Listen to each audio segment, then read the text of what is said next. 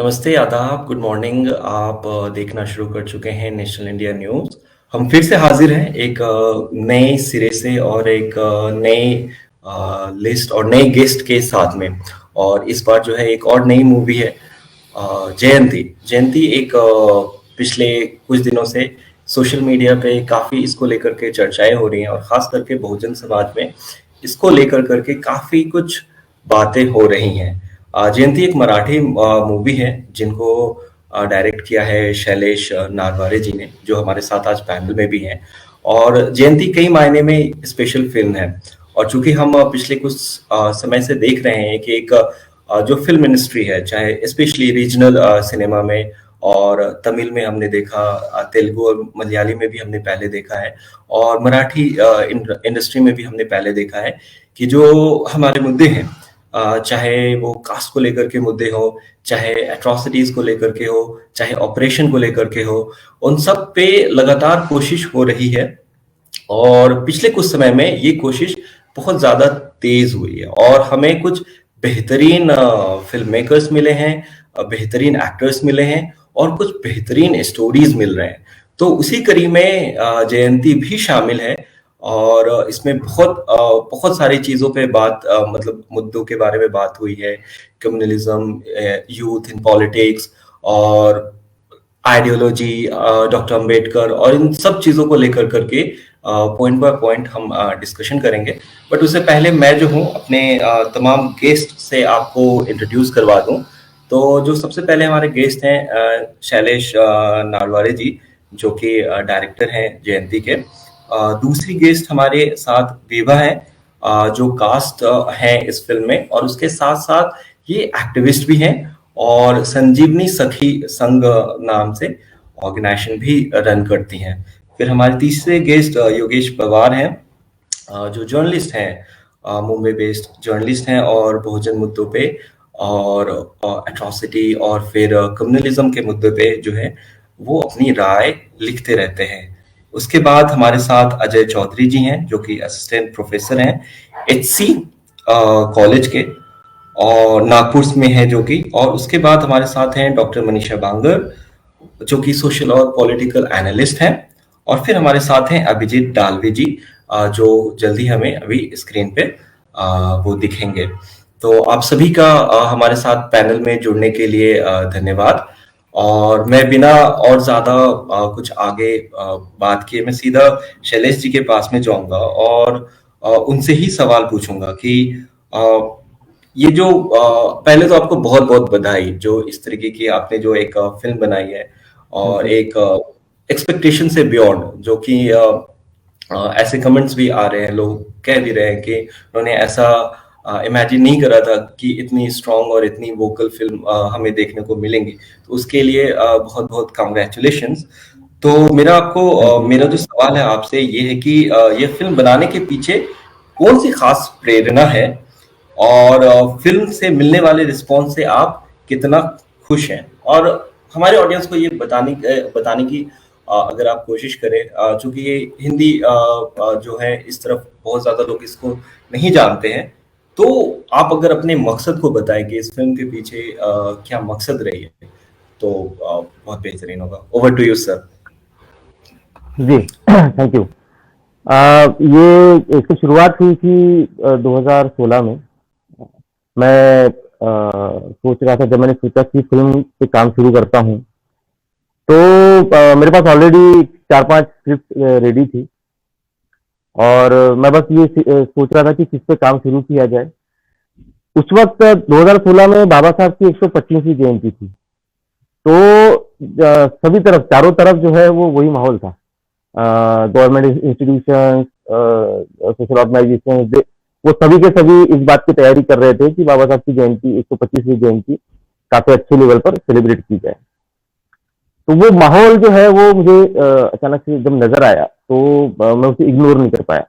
हर तरफ वो माहौल था और जब मैं उसके बारे में सोचने लगा तो जब वो बड़े बड़े हम बैनर्स देखते हैं जिसपे पॉलिटिकल लीडर्स के पोस्टर्स होते हैं, सब चकाचौंध होती है, लेकिन वो पूरा इवेंट जो ऑर्गेनाइज करता है, वो जो एक कार्यकर्ता है, जो उसके सारे लॉजिस्टिक्स संभाल रहा है, जो दिन रात जाग रहा है, तो मुझे वो कैरेक्टर दिखा कि यार ये बंदे की पर्सनल लाइफ क्या होगी, इसकी आइडियोलॉजी क्या होगी, है ना, इसके घर में इसके फैमिली के साथ क्या रिलेशन होंगे, कैसे संबंध होंगे, उसका रोमांटिक लाइफ है या नहीं है। तो मुझे वो संध्या का पात्र मिला उसमें। और उस पात्र को जब मैं उस पे जब रिसर्च करने लगा, तो फिर मुझे समझ में आया कि जो जयंती जो होती है महामानवों की, हम जो सेलिब्रेट करते हैं, उसके पीछे पॉलिटिक्स है, उसके पीछे एक बहुत बड़ा सोशल बैकग्राउंड है इस इवेंट के पीछे। तो मुझे लगा कि शायद लोगों को ये कहानी देखने में ज्यादा मजा आएगा। जो मेरे पास ऑलरेडी 4-5 कहानियां थी, उसमें मुझे लगा ये ज्यादा अपीलिंग है। ठीक है। और फिर दूसरा ये भी था कि जयंती जो है, ये हमने अपने अपने महामानवों को अपने अपने कास्ट में बांध के रखा है। ये महामानव की जयंती है तो ये लोग करेंगे, दूसरे ने नहीं करना चाहिए। इसकी है तो वो करेगा, वो नहीं करना चाहिए। तो ये मतलब हम क्यों अपने महामानवों को इतना छोटा कर रहे हैं, क्यों उनके कामों को इतना छोटा कर रहे हैं, है ना। दे ऑल और वो सभी इंसान थे और उन्होंने इंसानों के लिए काम किया है। हम क्यों उन्हें छोटे छोटे चीजों में बांध के रखते हैं। तो मुझे लगा कि ये जो चीज है, ये इस फिल्म के माध्यम से मैं उठा सकता हूँ। और अभी जो रिस्पॉन्स जयंती को मिल रहा है, वो देखते हुए मुझे लग रहा है कि हम इसमें काफी हद तक सक्सेसफुल हुए हैं। जो जो सोशल मीडिया पर जो लोग रिएक्ट हो रहे हैं देखने के बाद में, उनमें से बहुत लोगों को हम नहीं जानते हैं, लेकिन लोग जिस तरीके से लिख रहे हैं, एक्सप्रेस हो रहे हैं। मैं कुछ थिएटर्स में खुद गया हूँ, मैंने लोगों को रोते हुए बाहर आते देखा है। तो मुझे लगता है कि जो जो कनेक्शन मैं लोगों के साथ में, जो बात मैं कहना चाहता था, वो बात हुई है। ओके, सो अभी जो है मैं योगेश जी के पास में जाऊंगा और उनसे सवाल पूछूंगा और मैं उनसे समझने की कोशिश करूंगा, क्योंकि आप फिल्म के बारे में टाइम टाइम पे लिखते रहे हैं और अभी आपने रिसेंटली कुछ बातें भी लिखी हैं कि कई सारे जो मूवी हैं वो प्रीवियसली कास्ट के ऊपर में बनी है, पर उसमें जो मेन फोकस रहा है वो हमेशा कहीं ना कहीं वायलेंस और ऑपरेशन और उन चीजों को ही ज्यादा तवज्जो दी गई है। तो जयंती जो है वो किस मामले में पिछले उन मूवीज से अलग है, उसके बारे में आप हमारे दर्शकों को बताइए योगेश जी। बेसिकली अब ऐसा है कि मैं मतलब एक पैरेलल देके इस पे बात करूंगा कि आपको कोई समस्या का निवारण करना है किसी भी तरह का, तो हम एक हेल्थ समस्या को लेके इस चीज को समझने की कोशिश करेंगे। मैं एक पैरेलल इसलिए ले रहा हूं क्योंकि फिर इसको समझने में ज्यादा आसानी होगी करके। तो हम ऐसा मान लीजिए कि सब जगह मलेरिया सदूर फैला हुआ है। तो मलेरिया फैला है तो लोगों को जाके क्विनाइन लेना चाहिए, डॉक्टर से इलाज कराना चाहिए। ये एक क्यूरेटिव अप्रोच हो गया। एक और अप्रोच होगा कि हम जाके लोगों को बोलेंगे कि आप प्रिवेंटिव अप्रोच करिए। प्रिवेंटिव अप्रोच में हम लोगों को बोलेंगे कि आप अपने घर में गुड नाइट लगाइए, आप जो मच्छरदानी है वो लगाइए, और इस तरह की चीजें हम उनको अवेयरनेस कराएंगे। लेकिन इस समस्या का आखिरी निवारण तब होगा जब हम इसको प्रमोटिव लेवल पे आपके घर के इर्द गिर्द गंदे नाली का पानी ना जमा हो, जिससे मच्छरों की पैदावार कम हो और ये बीमारी खत्म हो सके।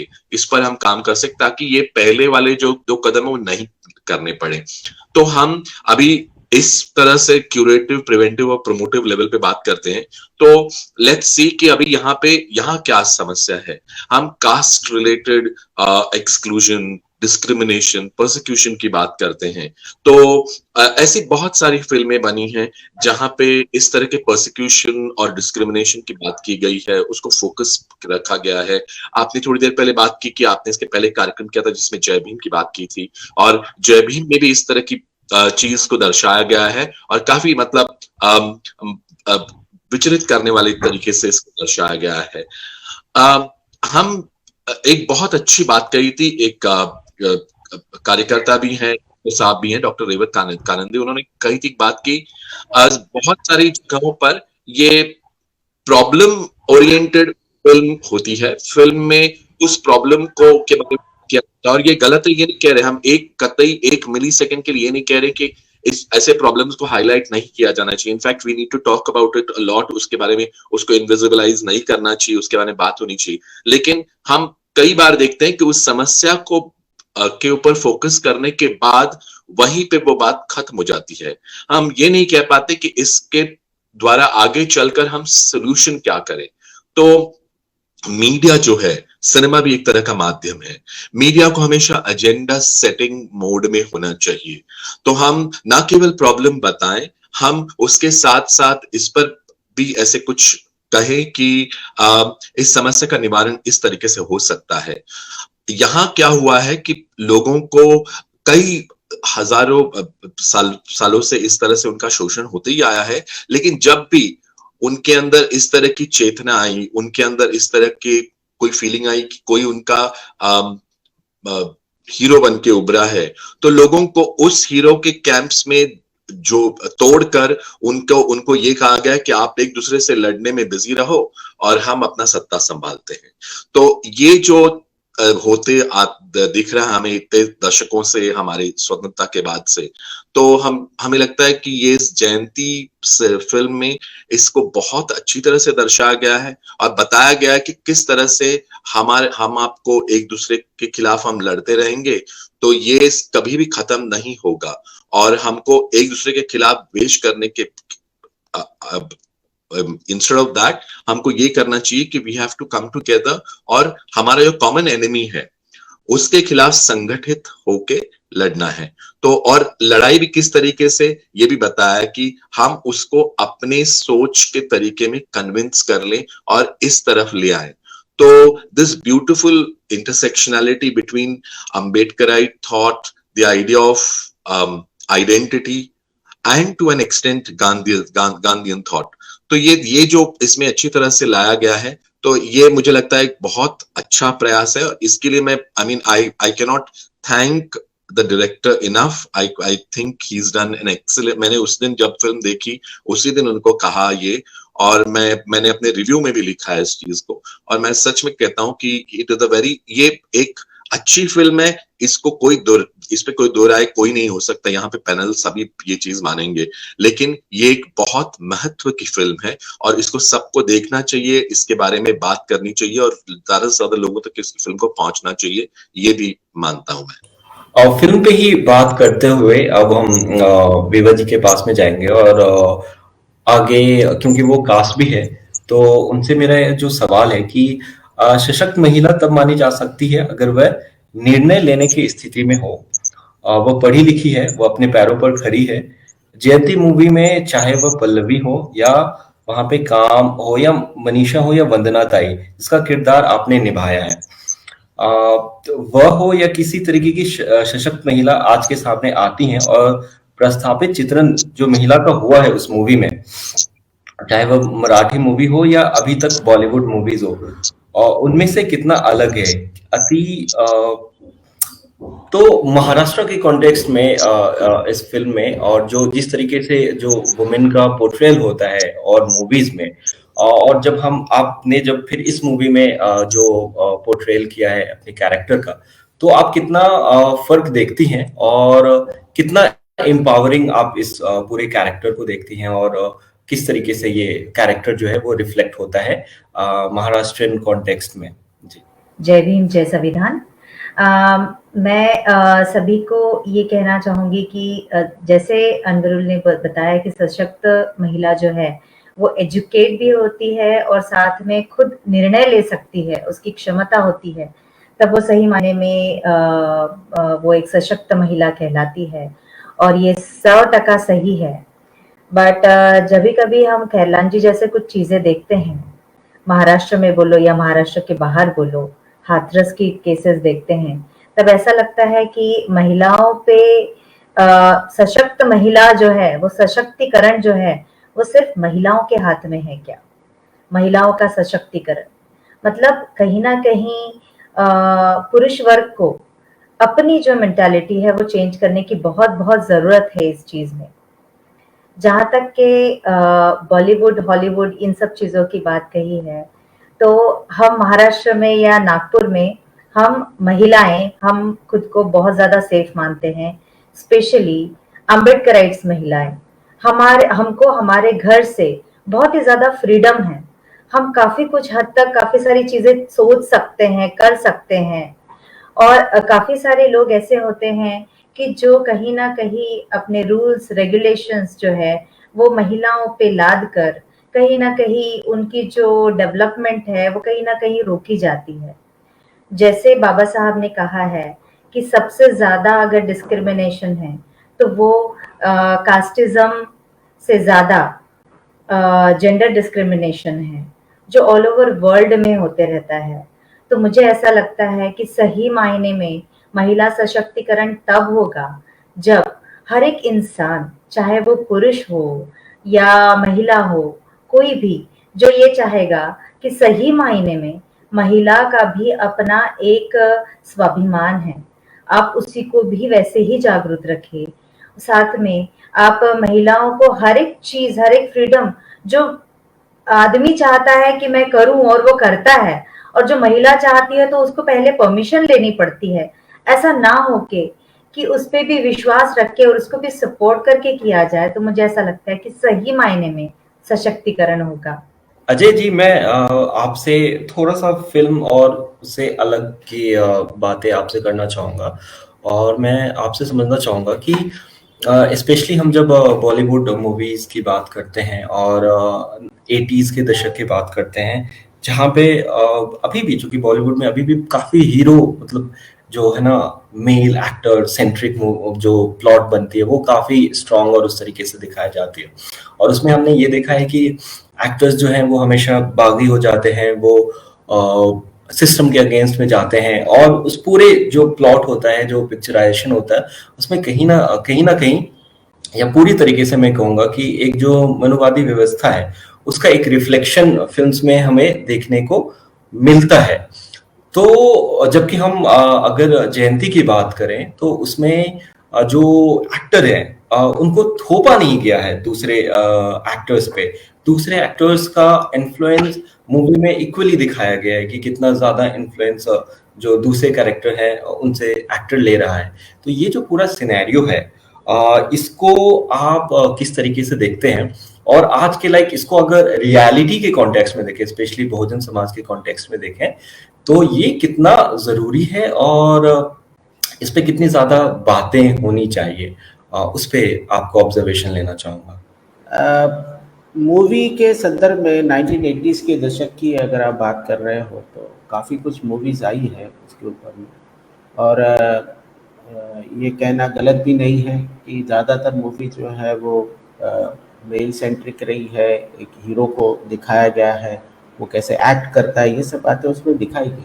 तो जहाँ तक जयंती की मूवी की बात है, इसमें मुझे सबसे इम्पोर्टेंट बात जो समझ में आती है कि जयंती में जिस कैरेक्टर को दिखाया गया, वो कैरेक्टर जो है वो एक ओबीसी समाज के तहत दिखाया गया। मैं अगर इसको कास्ट लाइन पे देखने की कोशिश करूँ तो भारतीय समाज के परिप्रेक्ष्य में मैं ये देखता हूँ कि ये एक अपने आप में एक पहली मूवी है जहाँ पे एक शूद्र कम्युनिटी या एक ओबीसी समाज के एक व्यक्ति को जो है सामाजिक परिवर्तन की नींव रखते हुए बताया गया है, जिसमें शिवाजी महाराज की विचारधारा और बाबा साहेब की विचारधारा को जोड़ते हुए सामने में रखने की बात की गई है।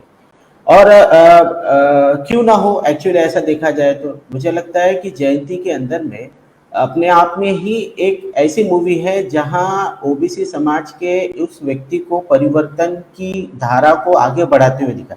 और ये इसलिए भी हुआ है क्योंकि इतिहास के पन्नों को अगर आप खंगोल के देखें तो जाति व्यवस्था को तोड़ने की परंपरा और जाति व्यवस्था को आगे जाति व्यवस्था को नेस्तनाबूद करने की परंपरा जो है इसी समाज के माध्यम से हुई है, शूद्र समाज के माध्यम से हुई है, जिसको हिस्टोरिकली शूद्र कहेंगे और अभी के वर्तमान काल में हम उनको ओबीसी कहेंगे। आप उसमें मराठा ला सकते हो, आप उसमें कुणबी ला सकते हो, जो भी है, क्योंकि आप एंटी कास्ट लीडर्स अगर आप उसका आकलन देखते हैं तो चाहे वो शिवाजी महाराज हो, चाहे वो शाहू महाराज हो, चाहे वो फुले हो, चाहे वो पेरियार हो, ये पूरे के पूरे जो विचारक रहे हैं ये सभी के सभी ओबीसी में से रहे। और इसी ओबीसी समाज के पूर्वजों ने जिस जाति को तोड़ने की मुहिम चलाई थी, आज हमको ये दिखाई दे रहा है कि वही समाज के जो लोग हैं या उन्हीं की जो नेक्स्ट जनरेशन है, वो जनरेशन जो है आज हमको इस जाति को तोड़ने के सिनेरियो में दिखाई नहीं देती है। इस मूवी के माध्यम से, जयंती इस मूवी के माध्यम से हम लोगों को एक संदेश दिया गया है, या इस ओबीसी समाज और पूरे बहुजन समाज को एक संदेश दिया गया है कि समाज के अंदर में परिवर्तन लाया जा सकता है। समाज के अंदर अगर मैं विश्लेषण के आधार पर देखूं तो बहुतांश जगहों पे दलित लोगों ने बहुत सारी बातें की है, दलितों के दृष्टिकोण से मूवी भी बनाई गई है, उसको रखा भी गया, लेकिन उससे कोई इम्पैक्ट नहीं पड़ा। लेकिन जैसे ही ओबीसी समाज या ये जो शूद्र समाज रहा है, सो कॉल्ड जो शूद्र समाज रहा है या ओबीसी समाज रहा है, इसके माध्यम से जब जब आवाज उठी है, जब जब परिवर्तन की लहर ली गई है, तब तब जो है समाज के अंदर में हलचलें पैदा हुई है, व्यवस्था के अंदर में हलचलें पैदा हुई है।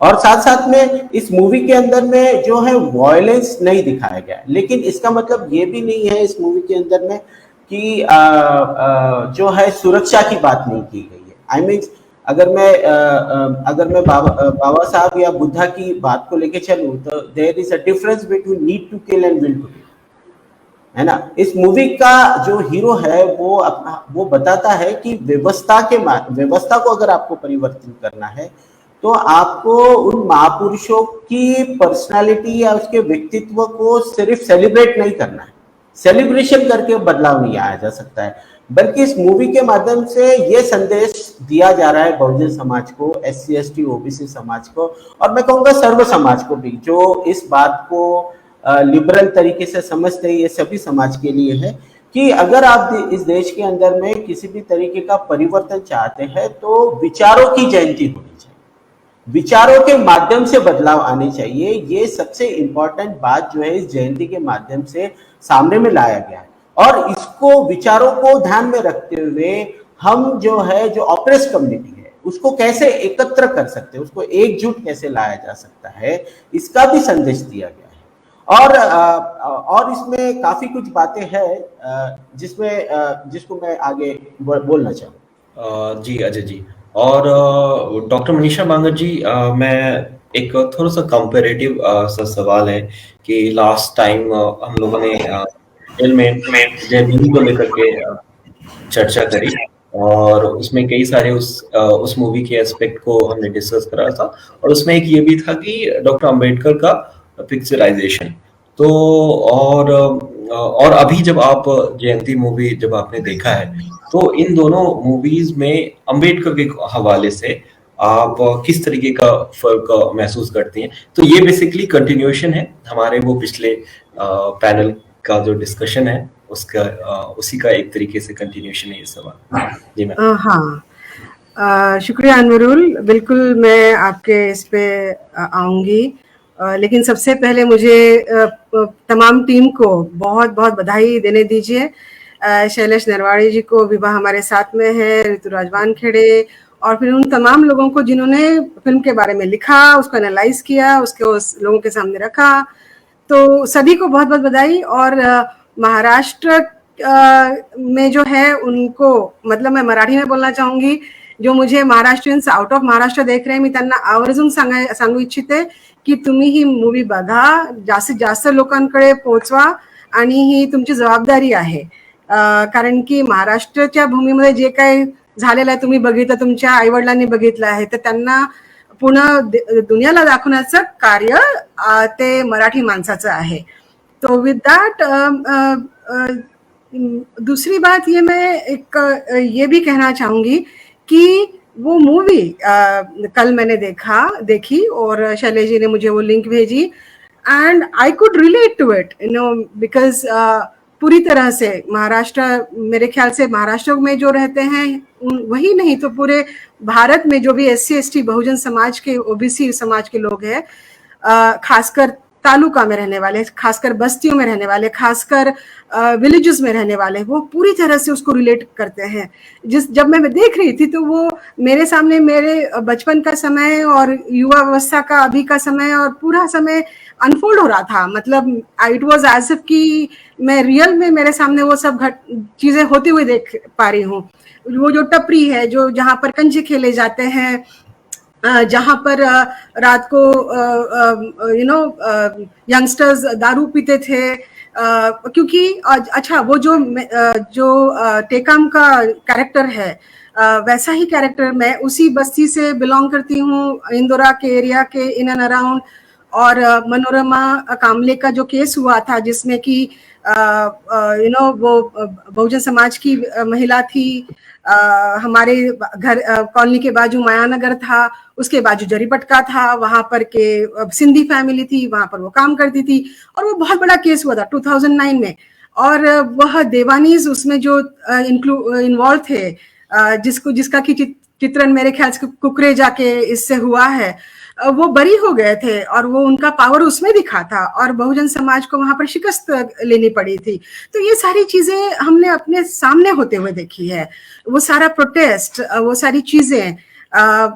हमारे बस्ती के बाजू में पूरा मुस्लिम बस्ती है, गुरु नानकपुरा में पूरा सिखों की बस्ती है, और जब हिंदू मुसलमान के जबरन रायट्स, मैं तो उनको रायट्स नहीं कहूंगी, पोग्राम एग्जीक्यूट किया जाता था स्टेट के माध्यम से, तो उसके वो हाशिए के लोग हम लोग थे जो उसमें जकड़े गए थे, हमारे लोग थे, हमारे पूर्वज थे, हमारे दादा दादी लोग थे, हमारे माँ बहन थे। तो I have been a part and parcel, and I could literally relate to it, and it was a very emotional journey for me as much as it was an analytical journey for me जब मैंने कल वो movie देखी। तो अब आते हैं कि जय भीम के माध्यम से जो अम्बेडकरिज्म दिखाया या नहीं दिखाया गया, उसके ऊपर जो अम्बेडकरी लोगों ने आक्षेप उठाया था, उसका जो आपने सवाल मुझे किया है, तो हाँ, लोगों का ये कहना था कि जय भीम मूवी में जय भीम का नाम ऊपर से सुपर इम्पोज किया गया, जबकि वहां पर आम्बेडकर के सिंबल्स नहीं थे, डॉक्टर बाबा साहब आम्बेडकर के, उनका ज्यादा नाम नहीं लिया गया, फोटो नहीं दिखाया गया, एक सेंटेंस में उस चीज को, ऐसे कई लोगों ने उसका आक्षेप किए थे। और जो उसके फॉर में बोलना चाह रहे थे वो कह रहे थे कि नहीं, संविधान है, संविधान का सहारा लेकर वो सारा जस्टिस चंद्रू ने, या वो जो मेन किरदार है जिसको निभाया है मेन कैरेक्टर ने, उसे संविधान का सहारा लेकर वो न्याय प्रक्रिया पूरी की पूरी हुई है। तो Ambedkar was alive there, doctor Ambedkar was alive, it was his constitution. तो दोनों तरीके की क्रिया प्रतिक्रिया हमारे सामने आई, और मेरा भी मानना है कि बिल्कुल जहां जहां संविधान लागू होता हुआ नजर आएगा वहां डॉक्टर आम्बेडकर मौजूद है, आम्बेडकरिज्म मौजूद है। लेकिन हाँ, उसमें एक चीज जो आई है वह यह है कि वो जो सेवियर सिंड्रोम का जो रिफ्लेक्शन है वो हमको फिर भी जय भीम मूवी में दिखता है। किस तरह से, या गांधीज्म का जो है और मार्क्सिज्म का तो था ही, अब ये आइडियोलॉजीज जो है वो एक किसी विशिष्ट व्यक्ति के अवतारित होने की राह देखते हैं, और वो आएगा, वो करेगा, और फिर वो उसमें से तुम्हारा लिबरेशन होगा और वो सेवियर आएगा।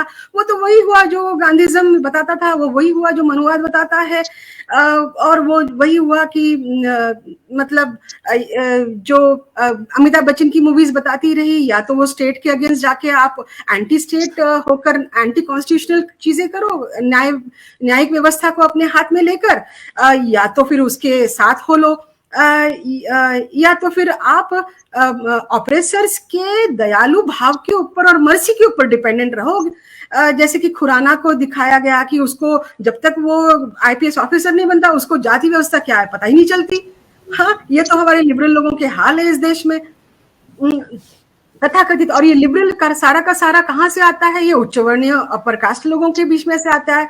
तो अपर कास्ट के और अपर क्लास के हाथों में ही एजेंसी है आपको लिबरेट करने की, and this is where Ambedkarism को डिफीट किया जाता है और उसको तरोड़ मरोड़ के दिखाया जाता है। तो ये प्रक्रिया बंद होनी चाहिए, टोटली बंद होनी चाहिए, और ये प्रक्रिया मुझे बंद होती हुई नजर आई है इस फिल्म में।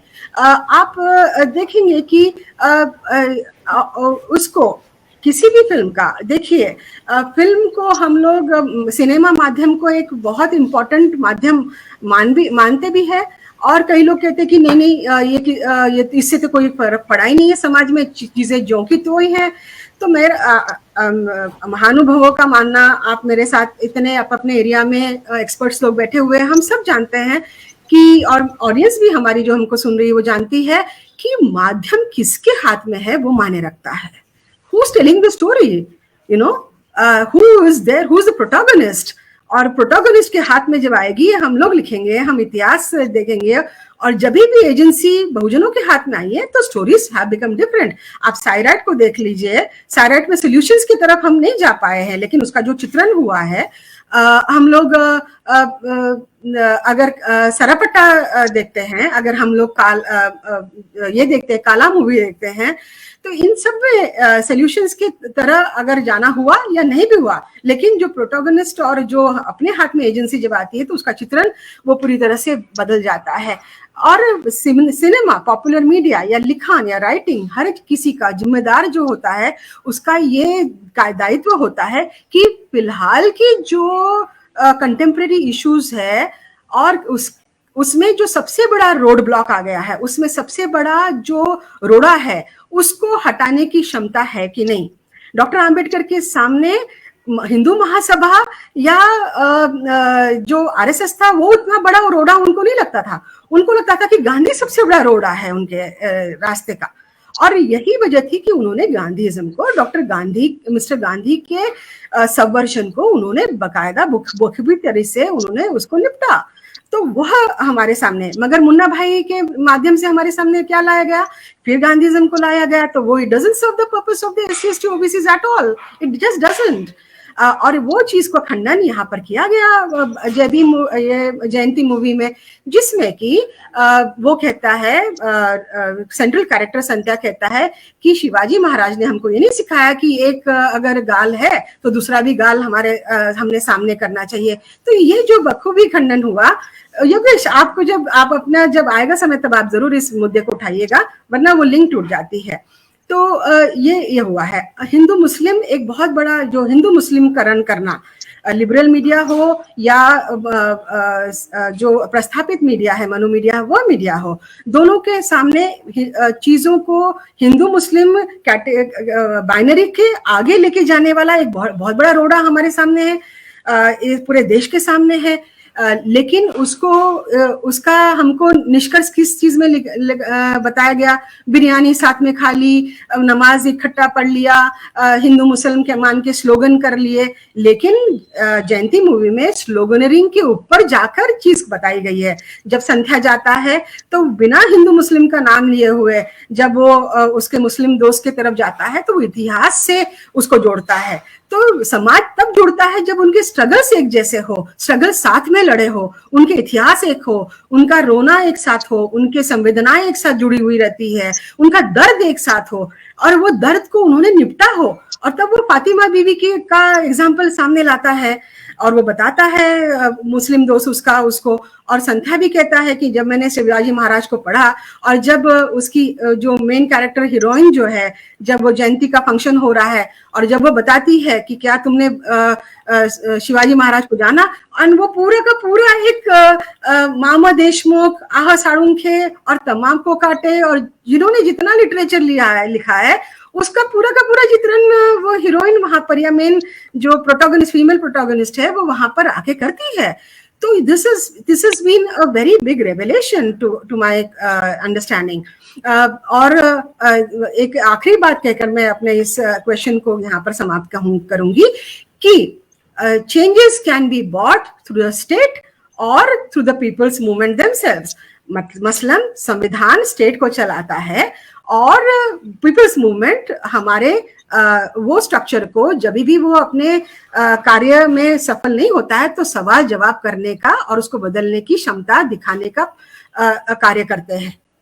और ये हो रहा क्या है, अभी तक की जितनी भी मूवीज है वहां पर खासकर अभी स्पेशली 2014 के बाद में और उसके पहले भी आप देखेंगे कि स्टेट के माध्यम से आपको पुलिस एक्सेसेस या extra power, extra judicial killings या एक्स्ट्रा जुडिशियल पावर यूसेज करने का चीजें दिखाया है, और मीडिया ने उसको ग्लोरीफाई भी किया हुआ है, या सेवियर सिंड्रोम को ग्लोरीफाई किया हुआ है। और पीपल्स मूवमेंट तो पावर कहाँ पर आता है, पावर लोगों के पास कब आता है, सिर्फ एक हीरो, अमिताभ बच्चन एक हीरो का, जैसे वो कालिया मूवी में सिर्फ एक के रहने से पावर नहीं आता है।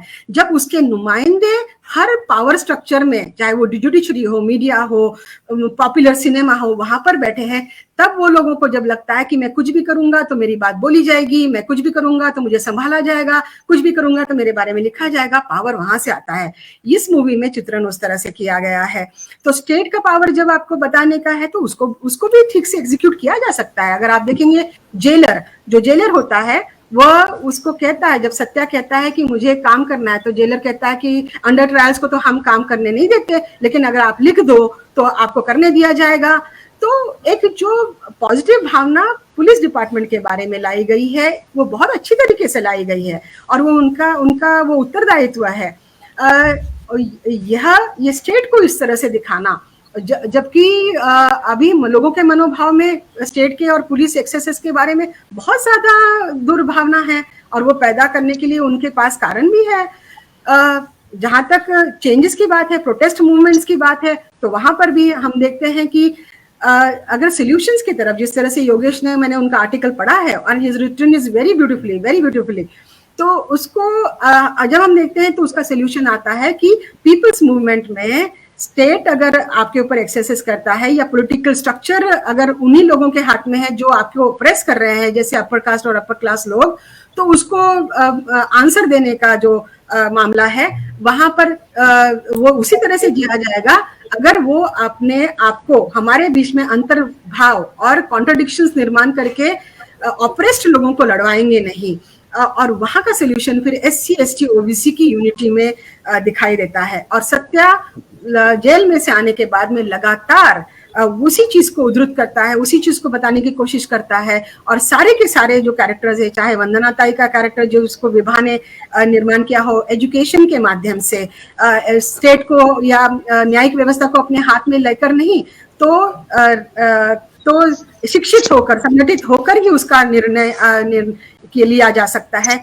यह पूरा सोल्यूशन बताया गया हुआ है। जी, योगेश आप कुछ कहना चाह रहे थे? जी, बेसिकली अब ऐसा है कि मुझे इस फिल्म में सबसे अच्छी चीज क्या लगी है कि हमने यहाँ पे कोई आइडियोलॉजी, कोई स्कूल ऑफ थॉट, इसको एक बक्से में रखकर ये और उसकी हायरार्की बनाना, ये एक अलग चीज हो गई। ये एक बहुत ही अलग डिबेट है और उस पर हम चर्चा कर भी सकते हैं, और वाकई हर स्कूल ऑफ थॉट का अपना पॉजिटिव और नेगेटिव होता है। लेकिन यहाँ ये बताया गया है कि ये वक्त वो करने का नहीं है।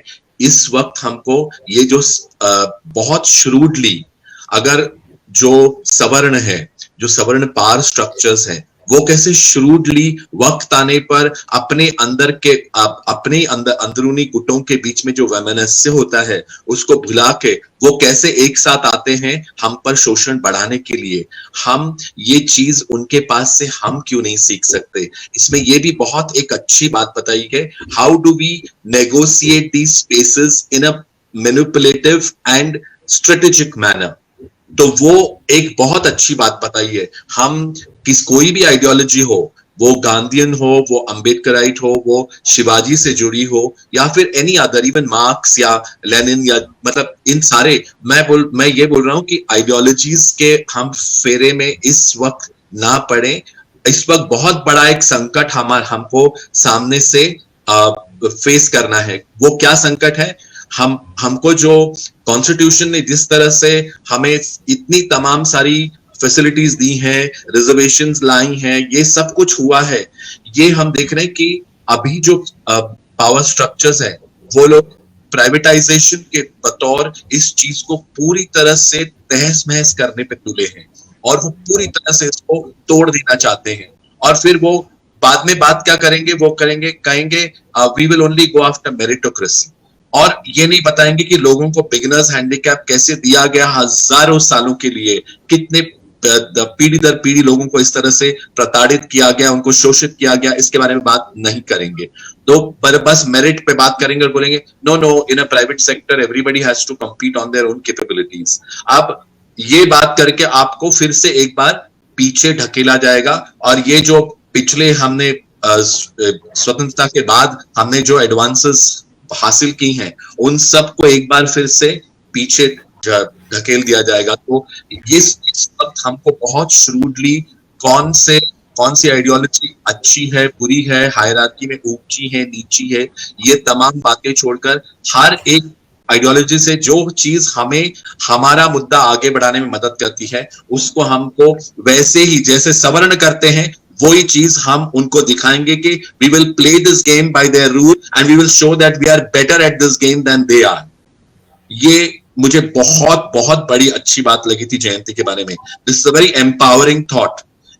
मैं ये नहीं कह रहा हूं इससे कि हम अंबेडकर से दूर जाएंगे या फुले या शाहू या पेरियार के विचारों से दूर जाएंगे।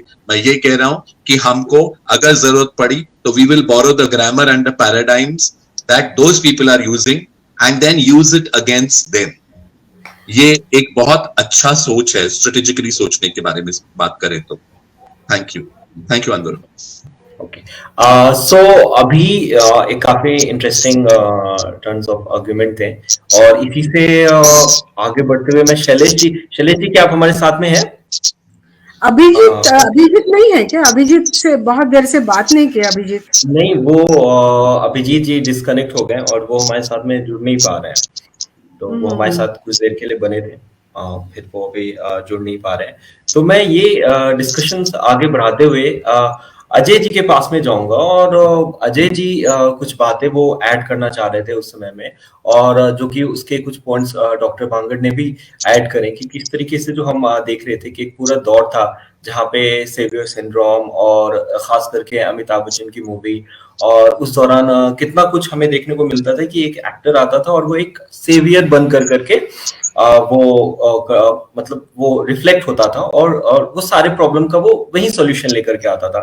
उसमें ना ही हमें कोई सिस्टम दिखता था और काफी कुछ उसमें हमने ये भी देखा जो कि आपने अपनी कन्वर्सेशन में मेंशन करा कि कभी हमें उनके कास्ट को लेकर के चीजें नहीं, बहुत क्लास ओरिएंटेड मूवी रहती थी, गरीब है अमीर है, और लेकिन कभी ना कास्ट के नजरिए से मूवीज उस तरीके से बन करके नहीं आए। तो अभी का जो एक दौर आ रहा है जो बहुजन पॉलिटिक्स और कम्युनिटी के नजरिए से काफी रिलेवेंट, काफी इंपॉर्टेंट और पूरे आंदोलन के नजरिए से काफी मैं कहूँ इन्फ्लुएंसिव जैसा है। तो आप इस पूरे चेंजेस को किस तरीके से देखते हैं अजय जी? जी धन्यवाद। मैं एक्चुअली जितनी भी मूवीज़ का विश्लेषण किया हूँ या जितना भी मूवीज़ मैंने देखा है, चाहे वो तांडव हो चाहे काला हो, लेकिन जितनी भी मूवीज़ एक सबल्टन पॉइंट ऑफ व्यू से, यानी ऐसे लोगों ने जिनकी बात कभी भी रखी नहीं गई है, उनके माध्यम से मूवीज़ को जब मैं देखने की कोशिश करता हूँ तो इसमें कोई डाउट नहीं है कि मूवीज़ जो है वो कास्ट के लाइन के ऊपर में बनाई गई है। अलग अलग तरीके की, असुरन भी एक तरीके की मूवी है जिसको आप देख सकते हैं, पट्ठा जो है वो भी है, ऐसे कई तरीके की मूवी है। लेकिन मैं बड़ा अस्वस्थ होता हूँ इन जब मूवीज़ को देखता हूँ, थोड़ा सा अस्वस्थ होता हूँ। उसका मेरा एक नज़रिया, मैं ये देखता हूँ कि इन मूवीज़ के अंदर बाबा साहब को सिर्फ रेफरेंस पॉइंट बनाया जाता है, उनको रेफरेंस करके दिखाया, संदर्भ के आधार पर जो है उनको रखा जाता है और संदर्भ के आधार पे सिर्फ दिखाने के लिए दिखाया जाता है कि हाँ कहीं तुम्हें बाबा साहब ने बोला है, कहीं फोटो रख दी है, कहीं पे जो है एक आधी बात रख दी गई है, तो वो एक रनिंग रेफरेंस है। अंबेडकर जो है he is a running reference in the movies के अंदर में। मतलब एक समय था, आई थिंक 1987 में, जब बाबा साहब की फोटो का पहली बार उपयोग किया गया था बैकग्राउंड को लेते हुए, लेकिन उसके बाद में जो है बाबा साहब जस्ट लाइक एक सिंबल बन के रह गए कि उनको दिखाया जाने लगा।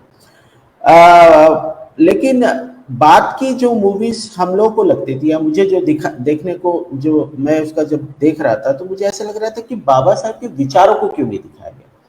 यानी बाबा साहब बोलो, फुले बोलो या फिर शाहू महाराज बोलिए या जितने भी, मैं उन लोगों की बात कर रहा हूँ जिन्होंने एंटी कास्ट मूवमेंट चलाई है।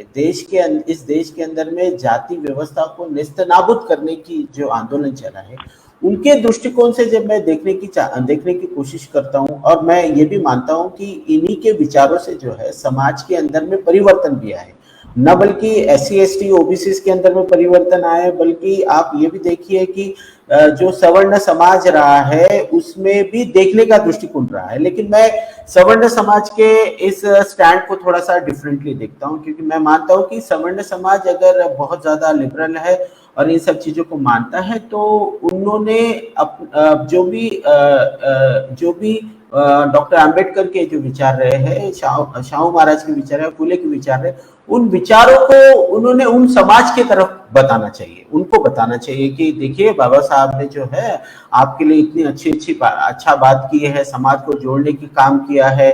आप जो फुले जी का लिटरेचर को आप देखिए, तो ऐसी बातें जो है होनी चाहिए।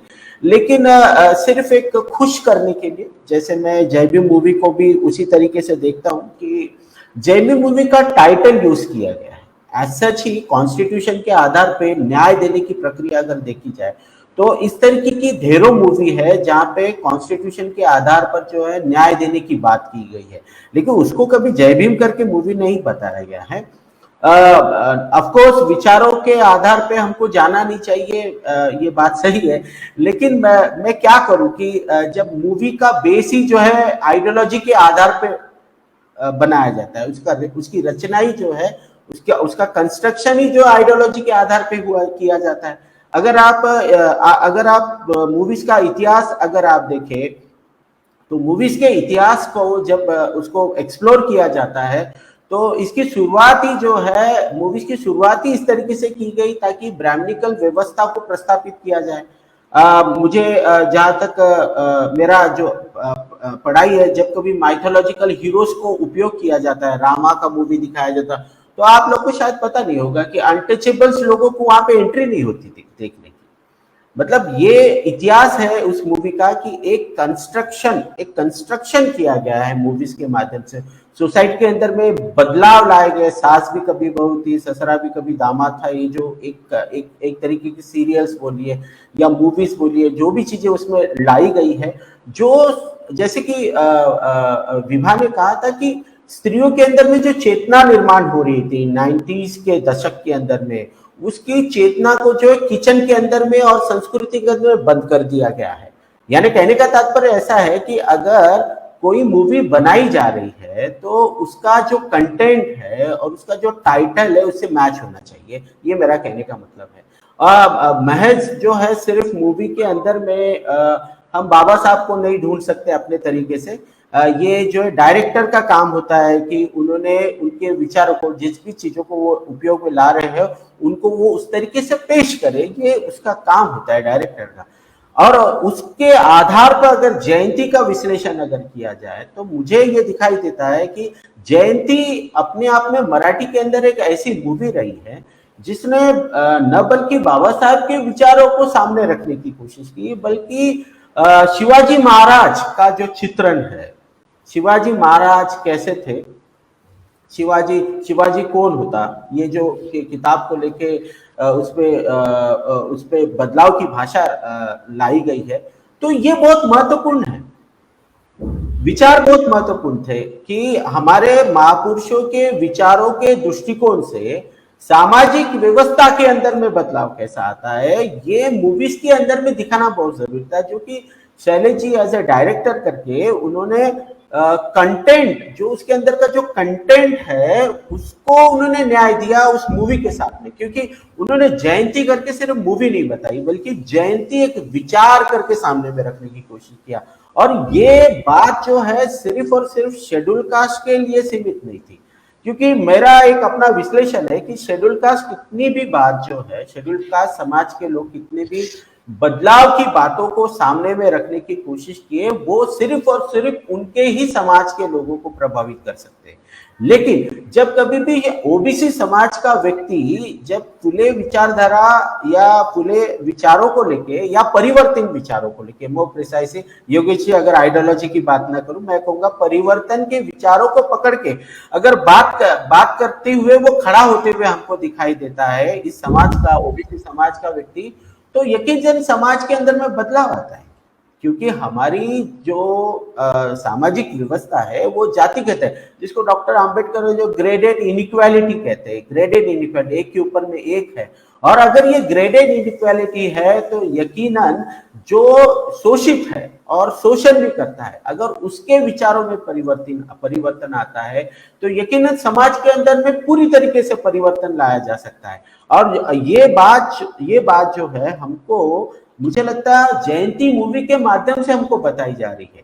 1970 एक पालसा करके मूवी है जिसने इसी तरीके का प्रयोग जो है तेलुगु मूवी के अंदर में भी किया है। वो अलग बात है कि जो बॉलीवुड की जो मीडिया है, बॉलीवुड का जो क्या कहेंगे वर्चस्व है, उस वर्चस्व ने जो है कभी भी इन जातिगत मुद्दों को कभी भी सामने रखने की कोशिश नहीं की है।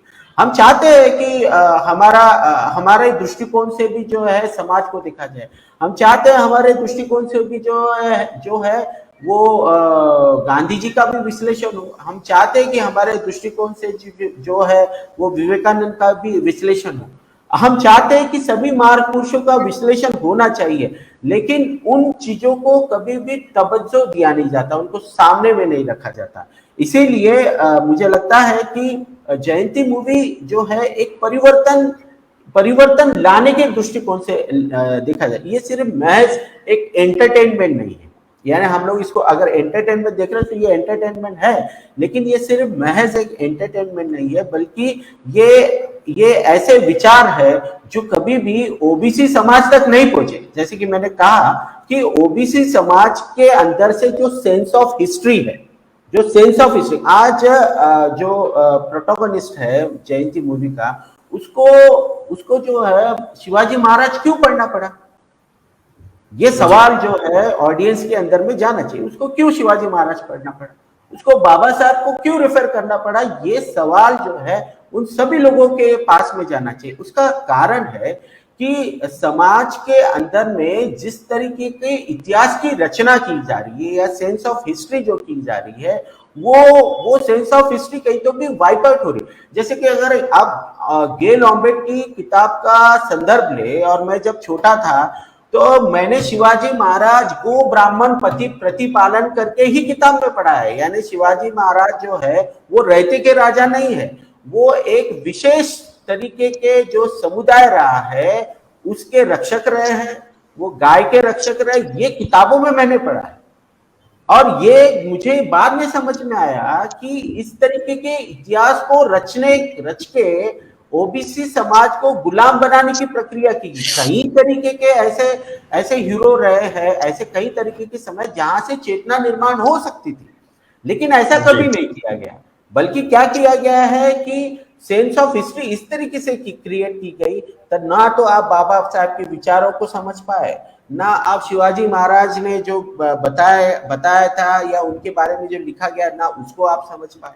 यानी इस तरीके की रचना की गई कि जिसकी वजह से जो रिलेशनशिप है, जो जातिगत जो संबंध है, उसके अंदर में कभी भी लिबर्टी या ब्रदरहुड की संकल्पना ही निर्माण ना हो सके। मतलब मुझे पता नहीं शिवाजी महाराज कैसे है, जैसे कि हीरो कहता है कि मुझे पता है शिवाजी महाराज क्या है, मुझे बताने की जरूरत नहीं है।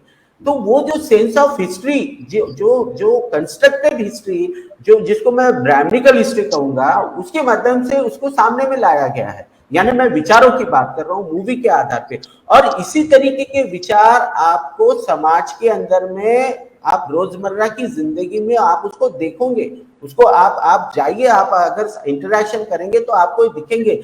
एक तरीके का इस मूवी के अंदर ये भी दिखाया है कि किताबें छोड़िए, मुझे अंबेडकर की फोटो से भी ईर्ष्या है। ये जो एक पर्टिकुलर चीज लाई गई है, वो ये रोजमर्रा के, मैं तो कहता हूं कि इंटरेक्शन के अंदर में भी अगर कोई अंबेडकर का नाम लेता है तब भी उसके जहन के अंदर में हलचल पैदा हो जाती है कि आप किसका नाम ले रहे हो, किस व्यक्ति का नाम ले रहे हो। आप अगर शिवाजी महाराज को रहते के राजा बताते हो तब भी हलचल पैदा हो जाती है कि ये आप रहते के राजा उनको किस तरीके से बता रहे हो करके, क्योंकि इतिहास कुछ और बताया गया है। इसीलिए मैंने कहा था कि जिनके पूर्वजों ने शिवाजी महाराज का, जैसे Mahatma Phule was the first person जिन्होंने शिवाजी महाराज की जो समाधि उसको ढूंढ के निकाला, और अगर शिवाजी महाराज की समाधि को ढूंढ के निकाला है तो उसी व्यक्ति को जो है कभी भी ना इतिहास के पन्नों में ना किसी पब्लिक चर्चाओं के अंदर में कभी भी परिप्रेक्ष्य या उनको कभी आदर नहीं दिया गया है।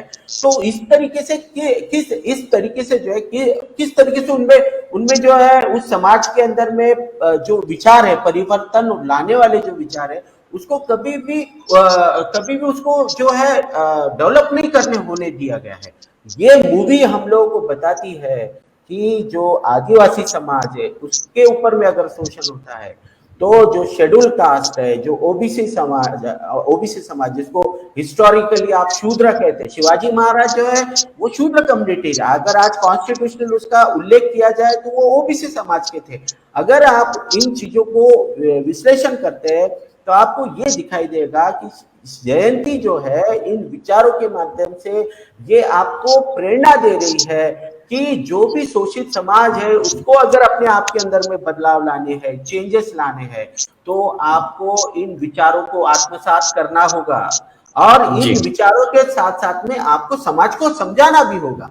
तो महज ये सिर्फ एंटरटेनमेंट मूवी नहीं है, बल्कि ये एक मील का पत्थर है जहां से नए युग की या नए विचार, यानी इस मूवीज के माध्यम से एक नए विचारों को और नए मूवीज इस तरीके से आने, इसकी एक शुरुआत है। इसको हम लोगों ने उस तरीके से मुझे लगता है, मैं इस तरीके से उसको देखता हूँ।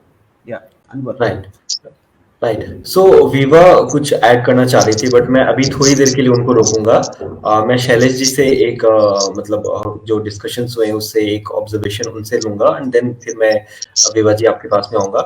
शैलेश जी, हमने देखा और कई बार अभी इतने डिस्कशन में कई बार इसका जिक्र हुआ कि अभी फॉरन अजय जी ने भी कई मूवीज का मेंशन किया है जिसमें उन्होंने बताया कि हाँ, कास्ट को लेकर के, कास्ट को बैकग्राउंड में लेकर के कई सारी मूवीज बनी है और अच्छी मूवीज भी बनी है, कुछ खामियां के साथ में भी बनी है।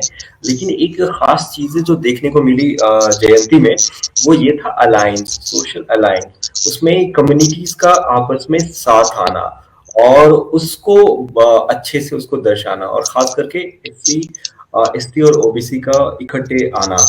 तो ये मैं आपसे समझना चाहता हूँ कि ये रियलिटी, अगर हम रियलिटी की बात करें महाराष्ट्र की या विदर्भ की, तो रियलिटी से ये कितना क्लोज है। तो मैं आपका फिल्म पे भी ऑब्जर्वेशन लेना चाहता हूँ कि आपको इंस्पिरेशन रियलिटी से कितनी मिली है और आपका एक ऑब्जर्वेशन इस पे भी जो सोशल स्ट्रक्चर है और जो डायनामिक्स है महाराष्ट्र के पॉलिटिक्स का, उस पर भी मैं आपका ऑब्जर्वेशन लेना चाहूंगा। या जयंती में जो दिखाया गया है वो उसमें कितना रियलिटी है और कितना नहीं है, ये मुझे लगता है सभी के लिए वो सोचने की बात है।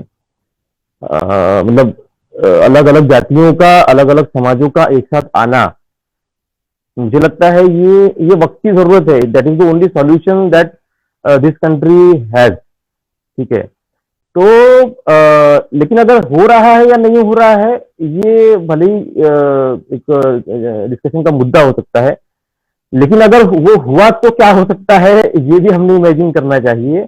उसका एक पिक्चर दिखाना पड़ेगा हमें कि अगर वो होता है तो वो क्या पिक्चर रहेगा वो। एंड आई थिंक जयंती से हमने वो एक कोशिश की है ना। जब संत रैदास बेगमपुरा लिखते हैं तो बेगमपुरा में वो इमेजिनेशन करते हैं कि एक कास्टलेस और क्लासलेस सोसाइटी कैसी रह सकती है ना। तो हमें वो इमेजिनेशन, वो विजन रखना होगा और वो कहीं ना कहीं फिर हमें दिखाना होगा। मैं अगर फिल्म मेकर हूं तो मैं वो फिल्म में दिखाने की कोशिश कर रहा हूँ। कोई राइटर उसे कुछ किताब के माध्यम से दिखाएगा, कोई चित्रकार उसे चित्र में दिखाएगा। लेकिन हमारे लाइफ में बहुत निगेटिविटी रही है, हमारे आसपास में, हमारी लाइफ में बहुत निगेटिविटी रही है। लेकिन हमें पॉजिटिविटी की बात करनी होगी, हमें ऑप्टिमिज्म की बात करनी होगी और वो अचीव करने के लिए क्या रास्ते हमें दिख रहे हैं, हमें उस पर भी डिस्कशन करना होगा। हम सिर्फ अपनी जिंदगी रोते हुए नहीं गुजार सकते। हम सिर्फ किसी की तरफ उंगली उठाकर हम अपनी जिंदगी नहीं गुजार सकते। हमें अपने रास्ते बनाने होंगे। हम जब उस दिशा में काम करेंगे रास्ते बनाने के, तब जाके अगली पीढ़ियों के लिए कुछ रहेगा, एक जमीन रहेगी चलने के लिए। अदरवाइज हम सिर्फ निगेटिविटी और ऑपरेशन की बात करेंगे, मतलब ऑब्वियसली हम उनको इग्नोर नहीं कर सकते। जैसे योगेश जी ने, अजय ने कहा कि हम उसको इग्नोर नहीं कर सकते। लेकिन किसी को तो वो पॉजिटिविटी की भी बात करनी होगी, है ना, किसी को वो ऑप्टिमिज्म दिखाना होगा। तो मुझे लगता है कि वो कोशिश मैंने जयंती से की है।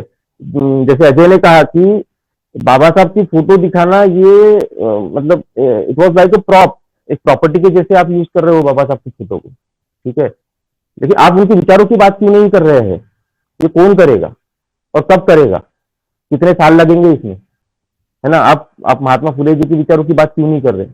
आप शिवाजी महाराज, सिर्फ शिवाजी महाराज जी का पुतला दिखा के नहीं होगा, शिवाजी महाराज ने लोगों के लिए क्या किया है? शिवाजी महाराज ने जो साम्राज्य खड़ा करना चाहते थे, वो किसके लिए खड़ा करना चाहते थे? वो लोगों के लिए खड़ा करना चाहते थे। लोगों के जो पेन है, लोगों का जो दुख है, वो दूर हो, इसलिए शिवाजी महाराज वो साम्राज्य खड़ा करना चाहते थे। तो ये हम ऐसी बातें क्यों नहीं करते? हम सिर्फ प्रॉपर्टीज के जैसा क्यों यूज करते हैं महामानवों के? और शायद मुझे वो गुस्सा था कि क्या इन लोगों का कार्य एक फोटो तक सीमित है? नहीं है। और फिर कौन करेगा? तो फिर शायद वो मुझे ही करना पड़ेगा। मैंने वो किया है, एक कोशिश की है। और रही बाकी पॉलिटिक्स की बात, तो I am a film maker, मैं पॉलिटिक्स की बात नहीं करूंगा। मैं जो मुझे लगता है मैं अपना काम ठीक तरीके से कर रहा हूँ। मुझे किसी को छोटा या गलत या सही और ये सब नहीं दिखाना है। मैं हर किसी को एक इंसान के जैसा देखता हूँ और मैं चाहता हूँ कि हम वैसे ही बन के रहे। Thank you Shailesh ji. विवा, आप कुछ ऐड करना चाह रहे थे एंड फिर हम आपके तरफ जाएंगे अपने सवाल के साथ। जी, मैंने सोशल वर्क जो भी काम शुरू किया है, वो जैसे हम लोग आंदोलन करते थे और जहाँ पे डॉक्टर मनीषा बांगर मैम भी आते थे, बहुत प्रेरित करते थे, हमें एजुकेट करते थे, और वहाँ से शुरुआत करके जर्नी की, जहाँ शैलेश सर से मुलाकात हुई और उन्होंने एक्चुअल सोशल एक्टिविस्ट का ही रोल मुझे वहां पे दे दिया। बट तब हमें पता नहीं था कि मूवी कैसे जाने वाली है। इवन कोई भी कैरेक्टर को नहीं पता था कि मूवी है क्या, सिर्फ अपना पार्ट करना है, दैट्स इट। मतलब इतना बड़ा सस्पेंस सर ने क्रिएट किया, और जब हमने मूवी देखे तो हम मूवी देख के, हम खुद को देख के, मतलब हम खुद को देख ही नहीं रहे थे, जैसे पूरे वाक्य को देख के हम खुद ही इमोशनल हो गए। मतलब हम खुद को रोक ही नहीं पाए। मैं शैलेश सर को मतलब बहुत बहुत धन्यवाद देना चाहती हूँ कि उन्होंने मुझे इस रोल के लिए, या कोई भी छोटे रोल के लिए चुना होता ना जयंती के लिए, तो मैं हैप्पी रहती थी। Sir thank you so much कि आपने इतने अच्छे हिस्टोरिकल मूवी के लिए, और जैसे हम कहते हैं कि हम बात क्यों नहीं करना चाहते कि उन्होंने क्या कहा, हम क्यों सिर्फ एक प्रॉप करके यूज करना चाहते हैं। जब मैंने पिछले आंसर में बोला कि यहाँ पे जेंडर डिस्क्रिमिनेशन बहुत ज्यादा है, बट जैसे जैसे हम फिर से टुवर्ड्स इंडिया आते हैं, हमको ये दिखाई पड़ता है कि जेंडर डिस्क्रिमिनेशन में, जैसे हमने बोला है कि महिलाओं को बैक रखा जाता है और पुरुषों को फ्रंट इस पे रखा जाता है, बट अगर वो महिला, अगर वो एससी समाज की है, ओबीसी समाज की है, तो उसको कितना अपनाया जाता है। अगर वो ओबीसी के बाद एससी समाज की आती है, तो वो महिलाओं के साथ कितना रूड बिहेव करके, मतलब उसको जस्टिस तक भी नहीं पहुंचने दिया जाता। अगर वो आदिवासी महिला है और अनएजुकेटेड है, तो उसको और कितना दबाया जाता है। तो ये चीजों को बाहर निकालने की कोशिश तो महापुरुषों ने की है ना। तो ये मूवी का मेन मोटो तो ये है कि आप महापुरुषों को पढ़ो। आप क्यों महापुरुषों को अलग अलग कास्ट में बांटे गए हो, आप क्यों आइडियोलॉजी को अलग अलग कास्ट में, ये तो सभी के लिए है ना।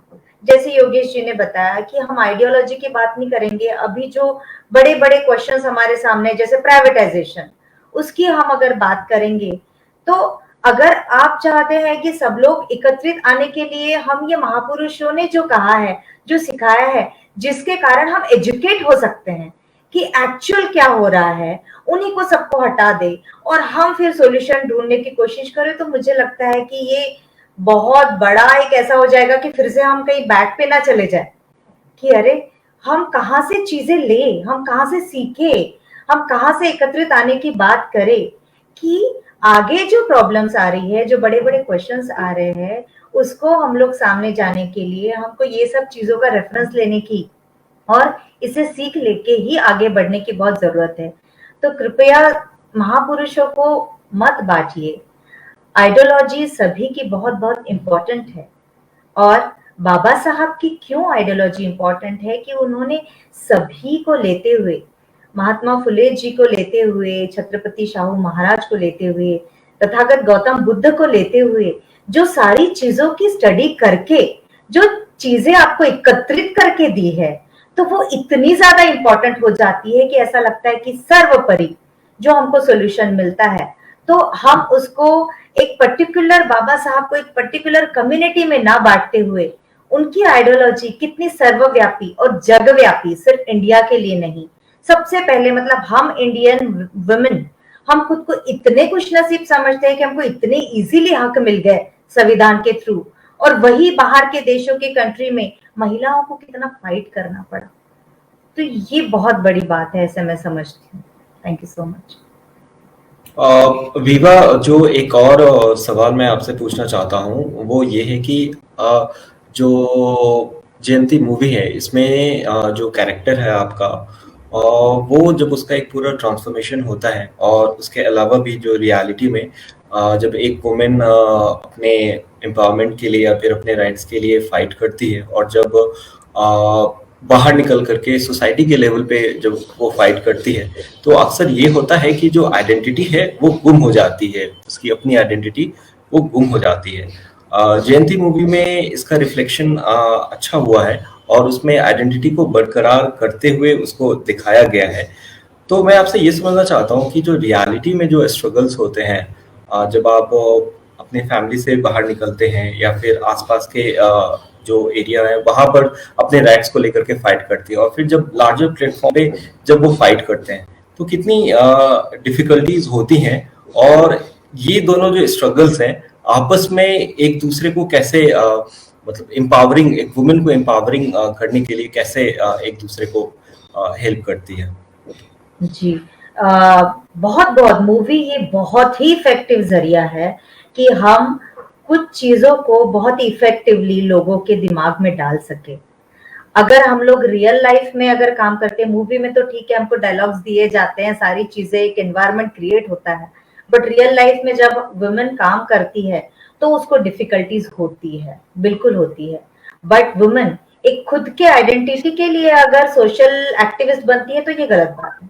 मुझे ऐसा लगता है कि विवाह हो, फिर विवाह के बाद कोई और विवाह है, फिर और कोई आए, ऐसा ना हो कि एक उसका चेहरा बने, बट वो एक वुमेन, वो एक स्ट्रांग बने, वो एक काम करे, एक के बाद एक के बाद एक के बाद एक अकेली लेडी नहीं, तो उसके बाद वो चलता रहे कारवां, उसके लिए काम करता रहे।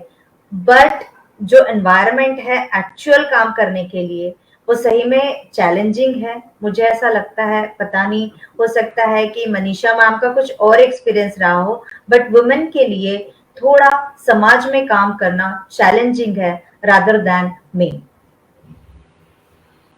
जी, थैंक यू विवा। योगेश जी, मैं आपसे एक चीज पूछना चाहता हूँ जो थोड़ा मूवी से अलग जाते हुए, हमने थोड़ी सी महाराष्ट्र के पॉलिटिक्स पे भी बात करी और बहुजन कम्युनिटीज के बारे में डिस्कशंस करा। तो मैं आपसे ये समझना चाहता हूँ कि स्पेशली जब महाराष्ट्र के सिनेरियो में देखें तो अक्सर हम देखे हैं कि चाहे वो मराठा आंदोलन हो, अम्बेडकराइट आंदोलन हो, या SC/ST के प्रोटेस्ट हो, मूवमेंट हो, और मीडिया में, क्योंकि अब मीडिया में है आप खुद ही और काफी अच्छे से ऑब्जर्व करते रहे, तो हमेशा महाराष्ट्र के कॉन्टेक्स्ट में ही मैं ये पूछूंगा कि उनको हमेशा एक अपोजिट दिखाया गया है, कि ये उसके विरुद्ध है, ये उसके विरुद्ध है, जबकि जो इनके फाइट्स हैं वो most of the time similar demands होते हैं, सिमिलर डिग्निटी के क्वेश्चंस होते हैं, सिमिलर रिप्रेजेंटेशन के क्वेश्चन होते हैं। बट अनफॉर्चुनेटली और यहाँ पे मैं कोट करके, मैं बहुत ज्यादा उसमें नहीं जाऊंगा, बट इवन NDTV जिसको हम बड़े बड़े होर्डिंग्स हम जिनका देखते हैं कि ट्रस्ट का और इन सारी चीजों का, बट वो भी जब हम स्ट्रीट्स पे उनके भी रिपोर्ट्स देखते हैं तो अनफॉर्चुनेटली ये देखने को मिलता है कि अक्सर ये जो आंदोलन है, बहुजन जो पूरा अम्ब्रेला है, उसके जो अलग अलग हिस्सेदार हैं, उनको हमेशा एक दूसरे के अपोजिट देखा जाता है। तो ये क्या मतलब प्रॉब्लम है, और साथ ही ये आप महाराष्ट्र के कॉन्टेक्स्ट में किस तरीके से देखते हैं कि क्या रियलिटी में ये सारे जो हैं वो बिल्कुल बिखरे हुए हैं, या फिर ये एक और प्रोपेगेंडा है, बिल्कुल एक दूसरे के दोनों कम्युनिटी को एक दूसरे के सामने खड़े रखने का? योगेश जी, मैंने जब फिल्म का रिव्यू लिखा तो मुझसे रहा नहीं गया था इस चीज के बारे में लिखना, क्योंकि हम उस तरह से देखने चाहें तो ब्राह्मण समाज जो है, जिनके बारे में हम हमेशा ये बोलते हैं कि ये उनके वजह से ये कास्ट सिस्टम को उन्होंने अपना वर्चस्व बनाए रखने के लिए बनाया है इसको, तो उनका जो percentage in population with in the demographics हम देखते हैं तो इट इज लेस देन 1%। लेकिन ये ब्राह्मणी विचारधारा जो है ये वो 1% तक सीमित नहीं है। एस्पिरेशनली इन्होंने हमारी सोच की प्रक्रिया को इस तरह से बना के रखा है कि हम हर कोई चाहता है कि हम उस क्लास को पार करें, मतलब और उनके लेवल पर पहुंचे। ऐसे उन्होंने हमेशा एक तरह की हायरार्की अपनी सबसे ऊपर रखी हुई है। और ये फिर क्या होता है कि इससे सेकंड रंग पर जो लोग होते हैं वो अपने से नीचे लोगों के ऊपर वही उसी तरह का शोषण लागू करते हैं जो वो फेस करते हैं। मैं आपको एक बहुत ही अजीब वाकया बताता हूं, और मैं क्योंकि Tata institute of social sciences, ये हमारी इंडिया में बोलते हैं mother institute of social work, मतलब यहाँ पे पढ़ा हूं। और मैं डाइनिंग हॉल के लाइन में खड़ा था एक बार, और मेरा रूममेट जो था वो न्यू बुद्धिस्ट था, उसके पिताजी कंजर्वेंसी वर्कर थे, वो न्यू बुद्धिस्ट था, और एक लड़का था जो न्यू बुद्धिस्ट और उसके पड़ोस में रहने वाला है। वो लाइन में आगे था और मैं और मेरा दोस्त जो है वो हम लोग पीछे खड़े थे, और बीच में एक और लड़का खड़ा था जो निलंगना, क्या जगह है निलंगना जो है ना, ये इसके पास है जहां से विलासराव देशमुख इलेक्शन लड़ते थे, निलंगा। तो निलंगा से वो आता था और वो मांग कम्युनिटी से था। तो ये जो दलित बच्चे थे ये सभी दलित हैं यहाँ पे, लेकिन इसके बावजूद उन्होंने वहां पे उसको चिढ़ाना शुरू किया। और एक गाना है जो मराठी फिल्म में आता है जो कहते हैं कि मागे उबा मंगेश पुढे उबा मंगेश। जब क्योंकि वो मांग लड़के आगे पीछे खड़े थे, उन्होंने मंगेश चीज को इस तरह से यूज करके उसको चिढ़ाना शुरू किया। इससे उनके बीच में हाथापाई हो गई और काफी एक दूसरे को उन्होंने मारा था। जबकि ये Tata institute of social sciences में सोशल वर्क के स्टूडेंट्स हैं, और ये लोग अंबेडकरी विचारधारा से एक्सपोज हुए बच्चे हैं। इसके बावजूद उनके अंदर ये हमारे ऊपर कोई इस तरह का शोषण करे ये गलत है, लेकिन हम अगर यही चीज और किसी पर लागू करते हैं तो फिर उसको हमको लोगों को अनदेखा करना चाहिए। ये जो है ना, मतलब ये जो शोषण की जो विचारधारा है ये गलत है। ये कौन कर रहा है और किसके खिलाफ लागू कर रहा है ये भी जरूरी है देखना, लेकिन हम सिर्फ उसी में अगर उलझे रहें तो फिर हम हायरार्कीज में हमको उलझा दिया जाएगा और वो समस्या के निवारण के पास हमको नहीं ले जाएंगे वो। तो ये मुझे बहुत अच्छी लगी थी। जयंती में भी एक चीज उन्होंने बताई कि ऐसा नहीं है कि पुरुष जो मैस्कुलिन सोसाइटी है वो सिर्फ पेट्रियार्की इसको लागू करती है कास्ट सिस्टम को, लेकिन पेट्रियार्की के एजेंट्स कई बार औरतें भी बनती हैं। आप देखेंगे संध्या की जो माँ है वो कई बार, मतलब हाँ, उस चीज को बार बार बताया गया है कि वो कितनी ज्यादा कट्टरता से जातिवाद को लागू करती है और कहती है इस तरह की किताबें घर में मत लाया करो, मुझे इस आदमी की शक्ल नहीं दिखनी चाहिए, इस तरह की बातें उसको कहती है। और बाद में उसका हृदय परिवर्तन होता है। ये बहुत और बहुत ही अच्छी कलाकार हैं वो। लेकिन हम कह रहे हैं कि ये जो है ना कि ये कहना कि people will not become agents of this kind of toxicity, ये सही नहीं है। मुझे लगता है कि हर कोई, क्योंकि वो उनको भ्रमित किया जाता है, उनको उस तरह का उनका सोशलाइजेशन होता है, उनकी अपब्रिंगिंग वैसी होती है, उनका एक्सपोजर वैसा होता है, तो वो हो सकता है कि वो उस चीज को ये मान के चले कि ये इटर्नल ट्रूथ है और हम इसको बिलीव करें। तो we will have to learn to work with all kinds of people. ये जो 2014 के चुनाव के पहले एक तरह का नारा दिया गया कि कांग्रेस मुक्त भारत का तो हमारी ये जो अपार्थाइड है ना किसी भी तरह का, वो किसी भी तरह का हो, सोशल हो, पॉलिटिकल हो, जेंडर से रिलेटेड हो, तो वो हमको कहीं ना कहीं उसके खिलाफ काम करना पड़ेगा, क्योंकि हम ये बोल के चले कि फला फला तरह की चीज जो बोलने वाला है उसके साथ हम बिल्कुल काम ही नहीं करना चाहते हैं, उनसे एंगेज भी नहीं करना चाहते हैं, उनको अपने से एकदम अलग थलग रखना चाहते हैं। तो फिर इससे क्या होता है कि आपको प्रेशर कुकर में भी सेफ्टी वॉल्व की जरूरत होती है स्टीम निकलने के लिए, अगर उसमें बहुत ज्यादा प्रेशर बिल्डअप हो, तो आपको इस तरह का एंगेजमेंट नहीं होगा, तब तो वो विस्फोट होगा और फिर वो एनार्की की तरफ ले जाएगा हमको।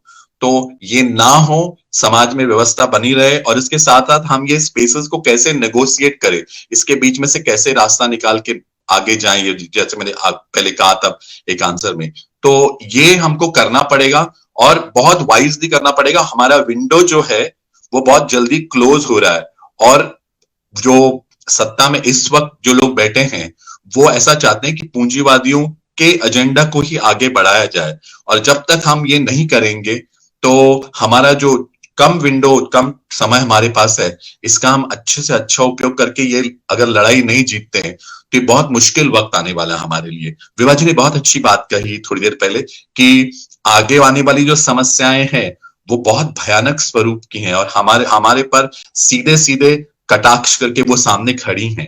अगर हम उनको अनदेखा करके एक दूसरे से छोटी छोटी चीजों पे हम लड़ते रहे, on semantics, on nuances, on ideologies, तो फिर हम मतलब कहीं से हमारी जो पूरी एनर्जी है उसको व्यय कर रहे हैं। तो इस पर जरूर सोचना चाहिए, अब थोड़ा सा आत्म परीक्षण, इंट्रोस्पेक्शन होना चाहिए कि हम लोग क्या कर रहे हैं और how do we get out of this kind of thinking. बार बार हमको उसी सर्कल में कौन उलझा रहा है और जानबूझ के व्यवस्था हमको उसी में क्यों उलझा रही है, इसके बारे में सोचना बहुत ज्यादा जरूरी है। Thank you Yogesh. डॉक्टर बांगर जी, मैं आपके पास में आऊंगा और एक वापस से विभा जी ने जहाँ पे पॉइंट छोड़ा उसको कंटिन्यू करते हुए मैं बोलूंगा कि आप almost two and like almost 2 decade से ज्यादा हो गए आप इस पूरे फील्ड में हैं, जहाँ पे पॉलिटिक्स और सोशल वर्क और आपका अपना प्रोफेशन है, उसमें आप इन्वॉल्व हैं। तो मैं एक तो ये समझना चाहता हूँ कि जो स्पेशली मीडिया है और मेन स्ट्रीम मीडिया है, उसने वुमेन एम्पावरमेंट का जो पोर्ट्रेयल किया है उसको आप किस तरीके से देखती हैं, और साथ ही जो जयंती मूवी में जो पिक्चराइजेशन हुआ है जिसके बारे में अभी कुछ देर पहले शैलेश जी और अजय जी भी बात कर रहे थे और विभा ने भी उस पर बोला, तो आपको क्या लगता है कि जो पिक्चराइजेशन हुआ है वो कितना ज्यादा इम्पैक्ट करेगा रियलिटी में? देखिए, एक्चुअली महिलाओं का चित्रण जो जयंती में हुआ है उस पर तो मैं आऊंगी, लेकिन वो बहुत डिफरेंट तरीके के हुआ है, बहुत ही ज्यादा लिबरेटिंग है, it's quite cathartic actually, you know, and this kind of picturisation is very very important. ये होते रहना चाहिए। और साथ में ये जरूरी है इस बात को समझना कि वुमेन का ऑपरेशन पूरी दुनिया में चाहे जैसा भी होता रहे, लेकिन भारत और भारतीय निवासी जो बाहर के देशों में रहते हैं उनका जो जेंडर ऑपरेशन है, it is inseparable from cast operation. इस चीज को समझ लेना चाहिए।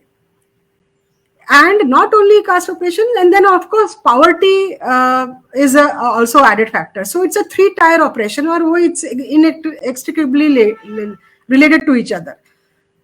Unnecessarily, women liberation has to go along with anti-caste liberation, and anti-caste liberation has to adopt a whole lot of ambit of women liberation. वो दोनों अलग-अलग पृथक चीजें नहीं हैं।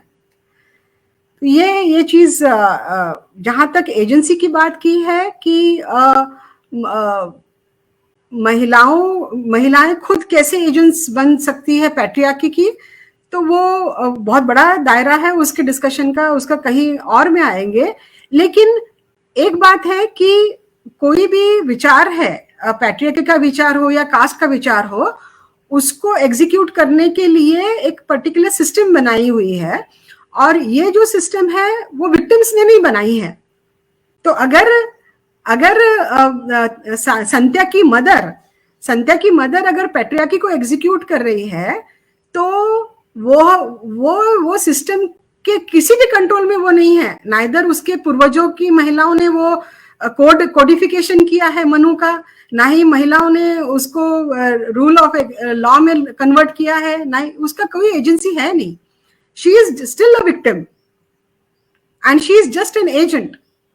ओके, तो इसी तरह से कि जातिवाद को बढ़ाने का या जातिवाद को लागू करने का ठपका ओबीसी और एससी के ऊपर नहीं आ सकता, क्योंकि उन्होंने ना कोई कोडिफिकेशन, ना उन्होंने मनुस्मृति लिखी है, ना उन्होंने जाति व्यवस्था को लागू किया है, ना जाति व्यवस्था चलनी चाहिए इसलिए ऑफिसेज में ब्रिटिश जब थे तभी भी उन्होंने कोई तरतूद नहीं की है, उसके बाद में भी नहीं उन्होंने की। उनके कोई पास कोई पावर नहीं था ऐसा कुछ करने का, लिखने से लेके तो एग्जीक्यूट करने तक।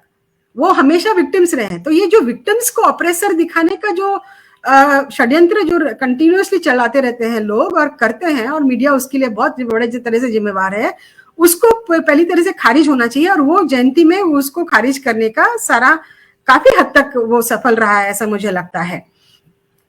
और जहां तक आपने मीडिया की बात कही है, तो कास्ट और वुमेन ऑपरेशन अगर दोनों रिलेटेड है, और ये double and triple tyre operation महिलाओं का कंटिन्यूअसली चलते रहता है, वो आप वुमेन रिजर्वेशन बिल का मामला मैं आपके सामने लेकर आती हूँ, क्योंकि विभा ने उस चीज को बताया कि अगर उसमें भी ओबीसी है तो उसका ज्यादा ऑपरेशन होगा, उसमें एससी है तो और भी, उसमें एसटी महिला है तो उसका और ज्यादा, और वो अगर अनएजुकेटेड है तो उसका ज्यादा और होगा।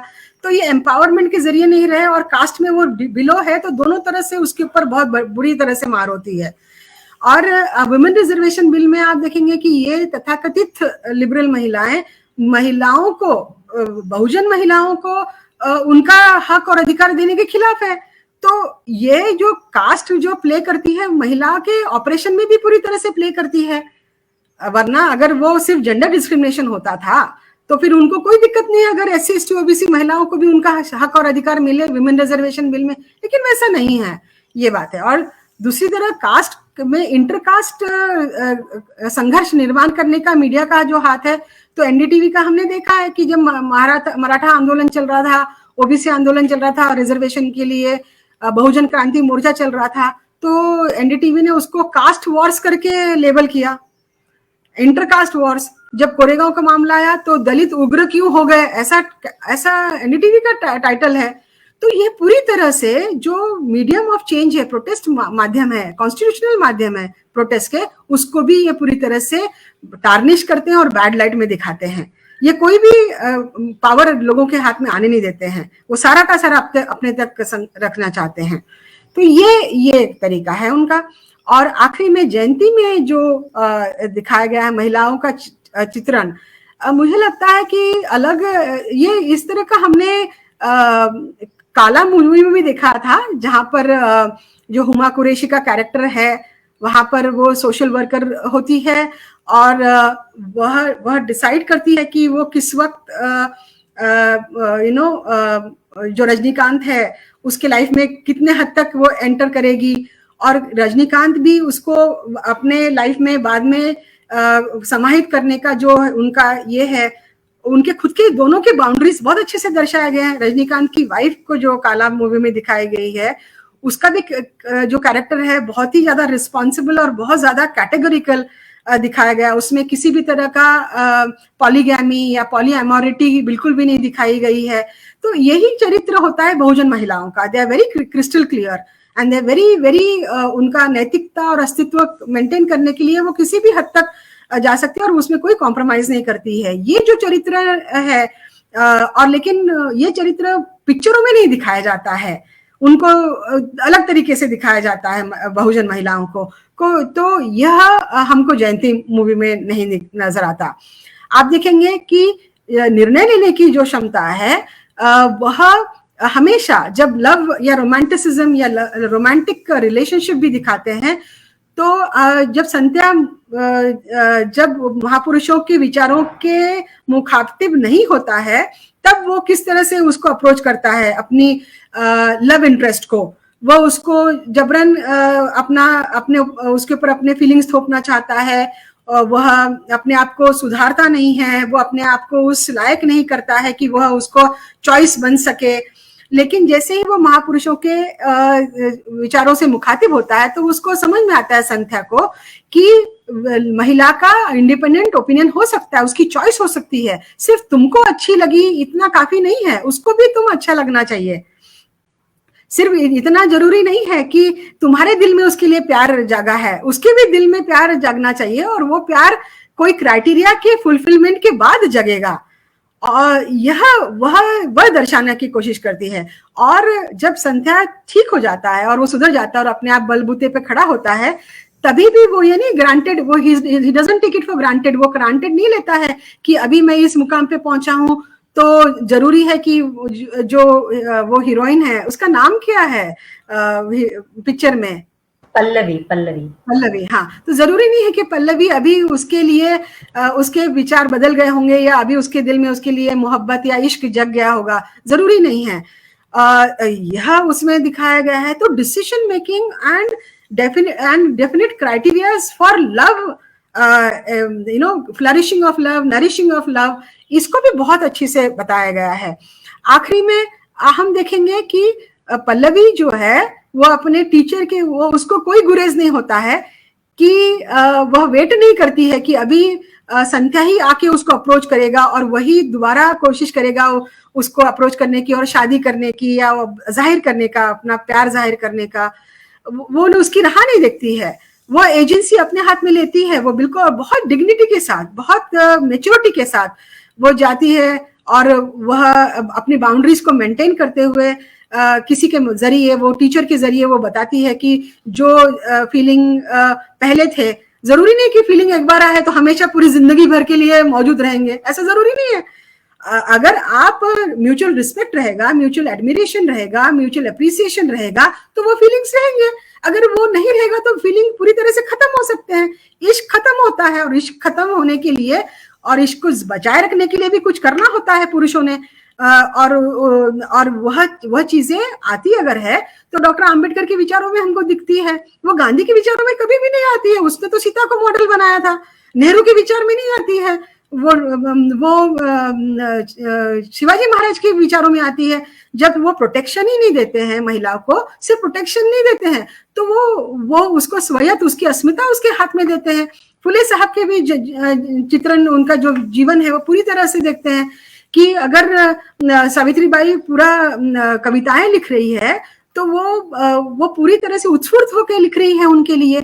तो यह जो है वह पल्लवी हमको करते हुए नजर आती है। और सत्या भी ये नहीं सोचता है कि पल्लवी ने एक बार मैंने पल्लवी को चाहा तो मुझे जिंदगी भर चाहता ही रहूंगा, ऐसे भी नहीं है। वो खुश हो जाता है कि अरे इसके दिल में मेरे लिए अब भी वो फीलिंग्स है, और वो रोता है। अब ये जो चीज है, जो रोता हुआ संध्या हमको दिखता है, ये हमको कोई बहुजन पुरुष नजर नहीं आता, ये हमको कोई उच्च वर्णीय पुरुष नजर नहीं आता। क्यों नहीं आता? क्योंकि उनको ये जो एक एरोगेशन रहता है कि मैंने चाहा उतना काफी है और मैंने नहीं चाहा तो वो काफी है, और अगर तुम नहीं चाहती हो तो तुम्हारी बला से। लेकिन वो उसको उसकी तरह से जीतने की कोशिश नहीं करता है। वो उसकी फीलिंग, उसकी संवेदनाओं को या उसके अंदर में उसके हिसाब से प्यार जगाने की कोशिश नहीं करता है। तो ये बहुत बड़ी चीज है। ये चीज को महिलाओं ने, सवर्ण महिलाओं ने किस तरह से लिया, ये चीज को सवर्ण महिलाओं ने पूरी तरह से डिस्टॉर्ट करके लिया। उन्होंने उसको पॉलीगैमी में कि हमारा वही अधिकार है, अगर तुम 4 लोगों को चाहोगे तो हम भी 4 लोगों को चाहेंगे। ये उन्होंने उसको पॉलीगैमी में लेकर आ गए, पॉलीएमोरी में लेकर आ गए और ये पूरा विकृतीकरण किया। लेकिन बहुजन जो रोमांटिक रिलेशनशिप जो है और रोमांटिसिज्म जो है, इसमें भी बहुजनों की अपनी बहुत अच्छा कल्चर है और उसको एग्जीक्यूट करके रोमांटिसिज्म और लव को बहुत अच्छी तरह से किया जा सकता है, एस्टैब्लिश किया जा सकता है, उसका पूरा तरह से आनंद भी लिया जा सकता है। Thank you ma'am. Ajay ji, मैं एक फाइनल कमेंट आपसे लूंगा और उसके बाद एक लास्ट सवाल मैं शैलेश जी से लूंगा। हम लोग काफी आगे निकल गए अपने प्री डिसाइडेड टाइम से, and then will wind up. तो मैं आपसे अजय जी ये पूछना चाहूंगा कि हमने प्रीवियसली कई बार ऐसा देखा है कि जो कई सारे जो स्ट्रगल्स में मतलब बहुजन कम्युनिटी के जो स्ट्रगल्स हुए हैं, जो डॉक्टर बांगर भी मेंशन कर रही थी और योगेश जी ने भी हद तक उस पर बातें करी कि वहाँ पे क्या होता है कि मीडियम उसका पोर्ट्रेयल डिफरेंट होता है। खास करके जब बहुजन कम्युनिटी से अगर कोई प्रोटेस्ट कर रहे हैं, मुस्लिम्स की तो बात ही ना करें, क्योंकि अगर मुस्लिम्स प्रोटेस्ट करने लगे और उनका आ गया तो फिर वो तो एक अलग ही पूरा डायमेंशन है। बट उसके बावजूद जो एसटीज हैं या एससी या एसटीज का तो खैर रिप्रेजेंटेशन ही नहीं होता, एससीज और ओबीसीज के जब यूजुअली जब प्रोटेस्ट होते हैं तो उसमें जो टर्म इस्तेमाल किए जाते हैं या उनको जिस तरीके से अमूमन अगेंस्ट भी दिखाया जाता है और वो खासकर बड़े स्क्रीन पर बहुत पॉपुलर तरीके से दिखाया जाता है। पर वहीं जब जयंती मूवी आती है जहाँ पे वो अलायंस की बात करती है और शैलेश जी ने जो बहुत खूबसूरत बातें करी कि इमेजिन करना जरूरी है, तो जब इस तरीके की चीजें हम देखते हैं तो इसका रियलिटी पे कितना फर्क पड़ेगा। और हम अभी के करंट पॉलिटिकल सिनेरियो की बात करें तो ये जो पूरा बहुजन मूवमेंट है उसको वो कितना स्ट्रेंथन करेगी इस तरीके की इमेजिनेशन। बड़ा अच्छा सवाल है एक्चुअली कि जो भी प्रोटेस्ट चले हैं शेड्यूल कास्ट के माध्यम से या शेड्यूल ओबीसीज के माध्यम से, उनके रिलेशनशिप्स को लेके आपने क्वेश्चन किया है कि वो कैसे उसमें कैसा इम्पैक्ट पड़ता है। पहली बात तो मैं ये बोलना चाहूँगा कि जैसे कि पहले भी बोला गया है, विचारों को पकड़ के जब हम बात करते हैं तो हमने विचारों के आधार पर ही किसी व्यक्ति को कहना चाहिए कि ये परिवर्तनशील विचारधारा का है। जैसे कि उन्होंने कहा, जैसे कुछ लोग कहते हैं कि अच्छा इन्होंने बहुत आम्बेडकर पढ़ा है तो ये आम्बेडकर, ऐसा नहीं। इन्होंने शिवाजी पढ़ लिया इसका मतलब उनको बहुत शिवाजी समझ में आ गया, ऐसा नहीं। पढ़ना तो अपर कास्ट के लोगों ने भी बहुत पढ़ा है, अपर कास्ट के लोगों ने भी पढ़ा है, और आप चाहे जिनके भी आप नाम ले सकते हैं, बड़े बड़े विचार। लेकिन कई बार ऐसा देखा जाता है कि विचारों को पढ़ना और उसको अमल में लाना ये दोनों अलग अलग बातें होती हैं। बेसिकली ये हुआ है कि पढ़ा जाता है लेकिन उसको एम्पिरिकली इम्प्लीमेंट नहीं किया जाता है, उसको प्रैक्टिकली उसको आगे नहीं बढ़ाया जाता है। जयंती मूवी के अंदर में जो संघर्ष दिखाया गया है वो विचारों को शेयरिंग किया। बाबा साहब चाहते थे ना कि शेयर होना चाहिए। बाबा साहब ने कॉन्सेप्ट यूज किया था सोशल एंडोस्मोसिस का। वो ये कहते थे कि जब एक समाज की प्रगति होती है तो उस समाज में जो है दूसरे समाज के साथ में शेयर करना चाहिए, उनके बीच में एक संबंध निर्माण होने चाहिए, ताकि एक प्रगति की बात दूसरों को पता चले, दूसरे की प्रगति की बात तीसरे को पता चले, ताकि उनके बीच में एक तरीके का फेटर्निटी जिसको हम ब्रदरहुड की जो संकल्पना है वो निर्माण हो सके। ये बहुत इंपॉर्टेंट बात जो है बाबा साहब चाहते थे। और ये सिर्फ बाबा साहब वहां तक ही सीमित नहीं थी, ये बात तो शिवाजी महाराज भी चाहते थे। इसलिए शिवाजी महाराज के जो अंगरक्षक रहे हैं वो अलग अलग सो कॉल्ड जाति के रहे हैं।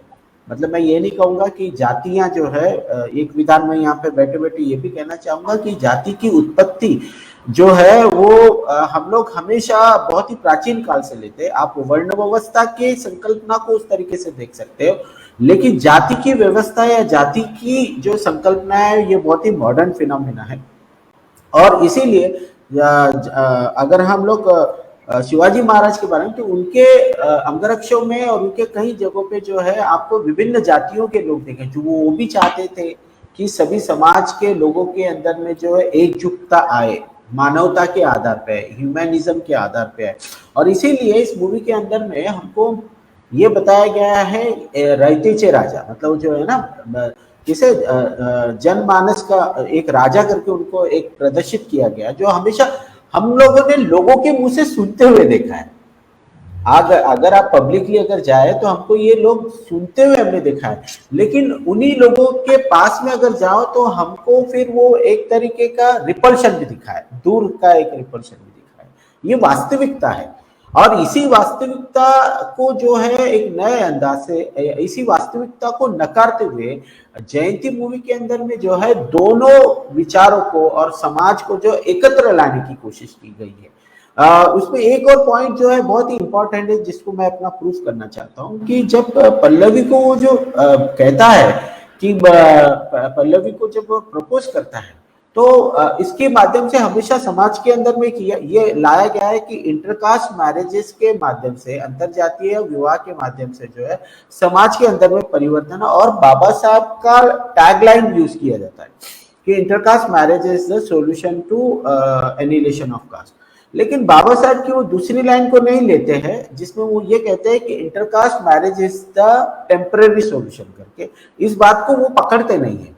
अब बाबा साहब टेम्परेरी सॉल्यूशन क्यों बोल रहे हैं? तो बाबा साहब टेम्परेरी सॉल्यूशन इसलिए कह रहे हैं कि जो नोशन ऑफ कास्ट है, जो जाति की जो संकल्पना है, वो अंतरजातीय विवाह होने से खत्म नहीं होगी जब तक उनके विचारों में परिवर्तन नहीं आएगा। ये सबसे बेसिक है। इसीलिए जब पल्लवी इस मूवी के माध्यम से समाज को ये देने की बात हो रही है कि अगर आप अंतरजातीय विवाह भी करते हो, इंटरकास्ट मैरिजेस भी करते हो, तो आपके विचारों में, चाहे वो मेल रहे चाहे वो फीमेल रहे, इनके विचारों में कितना परिवर्तन आ रहा है। अगर ये परिवर्तन आता है तो यकीनन जो शेड्यूल कास्ट है, चाहे वो शेड्यूल ट्राइब हो, चाहे ओबीसी हो, इनके विचारों में जब तक शेयरिंग्स नहीं आती है, कॉमनलिटी निर्माण नहीं होती, एकता निर्माण नहीं होती, क्योंकि हम लोग अपनी एगोनिस्ट कभी शेयर ही नहीं करते। We are very comfortable in our own comfort zone. मतलब उदाहरण के तौर पे दूसरा उदाहरण देने जाऊंगा, जब भी कभी बाबा साहब की जयंती होती है तो बाबा साहब के मानने वाले लोग जो है वो सिर्फ और सिर्फ उसी समाज के अंदर में जो है डोनेशन या उनको बोलने के लिए जाते हैं। भाई जाओ ना, ओबीसी समाज की तरफ में भी जाओ, शेड्यूल ट्राइब के अंदर में भी जाओ और उनसे भी देखो ना, उनसे भी आप उनको भी पूछो। तो यानी कहने का तात्पर्य ऐसा है कि वो कभी भी उसमें सम्मिलित नहीं होते। जयंतियां जो मनाने का है वो सामूहिक स्तर पे, लेकिन ऐसी ही प्रक्रिया, जैसे कि ऐसी ही प्रक्रिया हमको दूसरे समाज में भी दिखनी चाहिए कि कभी जो है हमको ये पता चले कि मराठा समाज जलो उत्सव बड़े पैमाने पे बाबा साहब आम्बेडकर की जयंती मना रहे हैं, या फिर फुले जी की जयंती मना रहे हैं, फुले जी की जयंती मनाई जा रही है। ये जो महापुरुष है, इनकी जयंतियां जो है दूसरे समाज में भी मनाना चाहिए। और ये चीज तब आ सकती है जब दोनों समाज के अंदर में शेयरिंग हो, एक्सक्लूजन नहीं हो। ये विचारों के माध्यम से ही शेयरिंग की निर्मित हो सकती है, जो जयंती में बताने की कोशिश करे कि हम लोग ऑप्रेस्ड है, तो ऑप्रेस इंसान की मतलब जुड़ने का एक ही कारण होता है कि आप भी शोषित और हम भी शोषित है, और उसका एक ही कारण होता है कि इस व्यवस्था के माध्यम से हम शोषित हो रहे हैं। तो इसीलिए जो है जब तक इन समाजों के अंदर में शेयरिंग्स नहीं जाती, एक दूसरे के साथ में कम्युनिकेशंस नहीं होते, तब तक ये चेंजेस नहीं आ सकते। और इसीलिए इस मूवी के आधार पे भी ये बताया जा रहा है कि जब तक अगर आपको शादी भी करनी हो या इंटरकास्ट मैरिजेस भी करनी हो, जो भी जिसमें अगर वो मानवताधारी विचारधाराओं से परिवर्तित नहीं हो, मानवता धारा विचारधारा से वो आत्मसात अपने को नहीं करता है या करती है, तब तक समाज के अंदर में बदलाव नहीं लाए जा सकते हैं। और मतलब जहां तक आंदोलनों का सवाल है, चाहे वो ओबीसी आंदोलन, मराठा आरक्षण का आंदोलन हो या फिर दलित लोगों का आंदोलन, जो भी आंदोलन करता है वो आंदोलन क्यों हो रहा है, किस लिए हो रहा है, इसकी दक्षता, इसका नोटिस जो है वो दूसरे समाज के लोगों ने, क्योंकि अगर वो ऑपरेशन का आंदोलन है तो ये ऑपरेशन की या शोषण का जो आंदोलन है, ये सिर्फ आइडिया उस समाज तक सीमित नहीं है। मानवता के आधार पर अगर देखा जाए तो ये ऑपरेशन सभी के लिए है, और जो भी मानवता की विचारधारा को समझते हैं उन्होंने एकजुट आना चाहिए। लेकिन ये हमको होते हुए इसलिए नहीं दिखाई देता है क्योंकि कम्युनिकेशंस नहीं है। जो समाज के जो विचारधारा ये समाज के अंदर में जो महापुरुष रहे, उनकी विचारधारा जो है सर्व समाज तक पहुंची ही नहीं है। अभी शायद ये प्रक्रिया चालू हुई है, लेकिन मुझे लगता है जयंती के माध्यम से ये हमको संदेश दे रहे हैं कि जब कभी भी ऑपरेशन होता है तो उस ऑपरेशन को खत्म करने के लिए सभी समाज के लोगों ने एकजुट आके उसको जो है अपना योगदान देना चाहिए, खड़े होना चाहिए, न कि किसी विशेष समाज का अगर इशू है तो हमने उसको, और अगर उस तरीके का इशू सामने में भी आता भी है तो भी जो है वो आमने सामने में आके जो है उसको रिजॉल्व करना चाहिए। ये जयंती का संदेश है, मुझे लगता है। Thank you. Thank you Ajay ji. मैं एक फाइनल जो है कमेंट शैलेश जी से लेना चाहूंगा, ऑलमोस्ट सिमिलर सिमिलर लाइन पे। ये जो मतलब आज के सेशन में हमने काफी डिस्कशन करा एक इमेजिनेटिव पॉलिटिक्स जो हद तक में रियलिटी में भी है, जहाँ पे साथ आने की बातें करी हैं, उसमें आर्गुमेंट्स भी हुए, डिस्कशंस भी हुए इन चीज़ों को लेकर के। पर मैं आपसे ये समझना चाहता हूँ कि जो आपने एक अलायंस इमेजिन फिल्म में करा, कि सबको साथ लाना और उन सबको इक्वल स्पेस देते हुए स्ट्रांगली अपनी बातें रखना, तो मैं आपसे ये समझना चाहता हूँ कि ये जो अलायंस आपने मूवी में दिखाया है, इसका कितना ज़्यादा इम्पैक्ट एक्चुअली में आपको लगता है वो पड़ेगा, स्पेशली वो बहुजन कम्युनिटी में। और आप जो है मतलब इसका जो इंस्पिरेशन है वो कहाँ से डिराइव करते हैं कि ये अलायंस होना चाहिए और इस तरीके की मतलब इस तरीके से सब साथ आना चाहिए? शैलेश जी। जी जो मैंने इमेजिन किया है या विजुअलाइज किया है, वो मुझे लगता है कि इस देश में कभी ना कभी था। ठीक है, हम लोग कुछ अगर सुपरफिशियल कुछ ये नहीं दिख रहे हैं पिक्चर। ये सब लोग एक साथ होना, सब लोग एक साथ रहना और बिना किसी को तकलीफ दिए खुशहाल की जिंदगी जीना, ये पिक्चर इस देश में पहले भी था। ठीक है, तो मुझे लगता है कि हम कुछ ऐसा विजुअलाइज नहीं करना चाहते हैं जो पॉसिबल नहीं है, वो पॉसिबल है। ठीक है, equal right for every citizen, ये कोई बहुत अनइमेजिनेबल चीज नहीं होनी चाहिए। ठीक है, तो वो वही हमने उसमें ये किया है। अब इसमें इम्पैक्ट कितना आता है ग्राउंड पे, सोसाइटी में इसका कितना इम्पैक्ट आएगा, ये मुझे लगता है कि जब वो फिल्म जब लोगों तक जाएगी, लोग उसे देखेंगे और अगर वो उसमें बताई हुई चीजें अगर उन्हें लगती है कि ये एक्सेप्ट करने लायक है, प्रैक्टिस करने लायक है, तो ये संत्या ने जैसे अपनी लाइफ में वो प्रैक्टिस किया है, ये अगर हम में से हर कोई करने लगे तो ये अचीव करने में मुझे नहीं लगता कि कोई डिफिकल्टी रहेगी। ठीक है, रही तीसरी चीज कि मुझे लगता है आपने, सॉरी मैं मिस कर दिया वो पॉइंट, थर्ड पॉइंट आपने कुछ पूछा था। हाँ, मैंने ये जो आपने इंस्पिरेशन वो कहाँ से लिया है, राइट, ये चीज। इंस्पिरेशन हमको वहां से आती है जब हम देखते हैं कि अननेसेसरी चीजों की वजह से लोग दुखी है। ठीक है, people are not happy in their life और बिना किसी जिन चीजों की कोई वैल्यू नहीं होनी चाहिए, उन चीजों की वजह से लोग बटे हुए हैं और लोग दुखी है। ठीक है, इन चीजों का हमारी लाइफ में कोई इंपॉर्टेंस नहीं होना चाहिए। तो जब हम लोगों का दुख देखते हैं, ठीक है, तो मतलब उनके पास कोई रिसोर्सेज नहीं है जनरेशन टू जनरेशन उससे बाहर निकलने के लिए, वो क्यों ऐसे हालातों में डाले गए हैं। तो ये लोगों का दुख जो है, यही हमारे लिए इंस्पिरेशन है। ठीक है, वो दुख खत्म हो लोगों का, लोग खुशहाल लाइफ जिए, यही इंस्पिरेशन है हमारा। ठीक है, इससे बड़ा इंस्पिरेशन कुछ नहीं हो सकता कि लोगों को उनके दुखों से बाहर निकालना है। हर किसी को मुझे लगता है कि वो हक है कि वो खुशी की जिंदगी जिए, वो है ना, जिंदगी भर स्ट्रगल नहीं करते रहे, ये हक सभी को है और वो सबको मिले, ये थॉट ही अपने आप में इंस्पिरेशन है। जी, थैंक यू शैलेश जी। योगेश, आप कोई कमेंट ऐड करना चाह रहे थे? आप म्यूट हैं। Sorry can you hear me now? हम ये बता रहे थे कि जो अभी जो डायरेक्टर साहब ने जो बात की वो बहुत ही मतलब इम्पोर्टेंट बात है। We have to learn to work with each other. हमारे कबीरदास जी ने बहुत प्यारा कहा है, उन्होंने कहा है कि साधो देखो जग बौराना, हिंदू कहत है राम हमारा, मुसलमान रहमाना, आपस में तो लड़े मरत हैं, मर्म कोई नहीं जाना, साधो देखो जग बौराना। तो ये जो अब उन्होंने हिंदू मुस्लिम इस लेवल पे कही थी, लेकिन हम इसको अगर दूसरे परिवेश में ले, हम look at upper caste and lower caste and the kind of exploitation, उस लेवल पे हम इसको देखें, तब भी मुझे लगता है कि ये जरूरी है। और चूंकि जुलाहे की बात चली है, तो जुलाहे से हम ताने बाने की बात कर सकते हैं। और जब कपड़ा बहुत ज्यादा, यहाँ 2 महिलाएं हैं हमारे पैनल पे, वो इस चीज को ज्यादा समझेंगे कि they wear drapes dupattas and saris all the time. So आप उसके टेक्सचर को देखेंगे तो उसका ताना बाना तब स्ट्रांग होता है जब दोनों वेफ्ट और वॉप का जो धागा है वो एक दूसरे कस के बंधा हुआ हो, तो वो फिर फैब्रिक काफी लाइफ देता है और अच्छा टिकता भी है, दिखता भी है।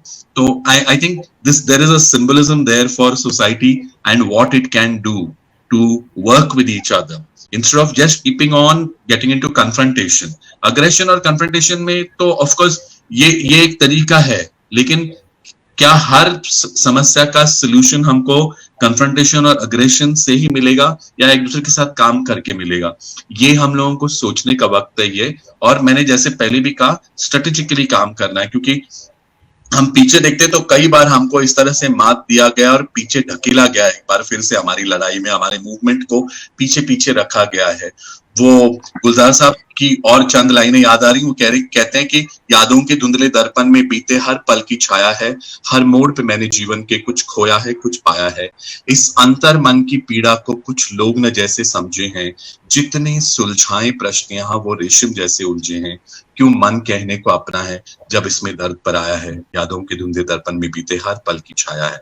तो मुझे लगता है कि एक कहीं ना कहीं उसमें एक मैसेज है जो हम लोगों को पिकअप करना चाहिए, and we will have to run with that. This relay race is ending very quickly, but we will have to get there to the finishing line before the others do, और ये बहुत जरूरी है।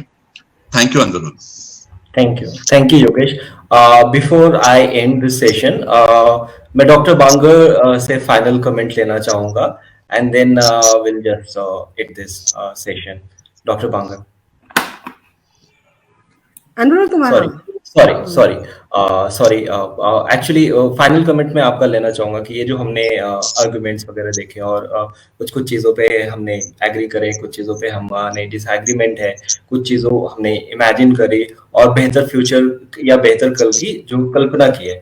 तो मैं आपसे आपका फाइनल कमेंट लेना चाहता हूँ कि ये जो पूरा जो कन्वर्सेशन हमने करा है और उसका अगर मैं कंक्लूजन अगर मैं बोलूं तो आप किस तरीके से उसको डिराइव करते हैं?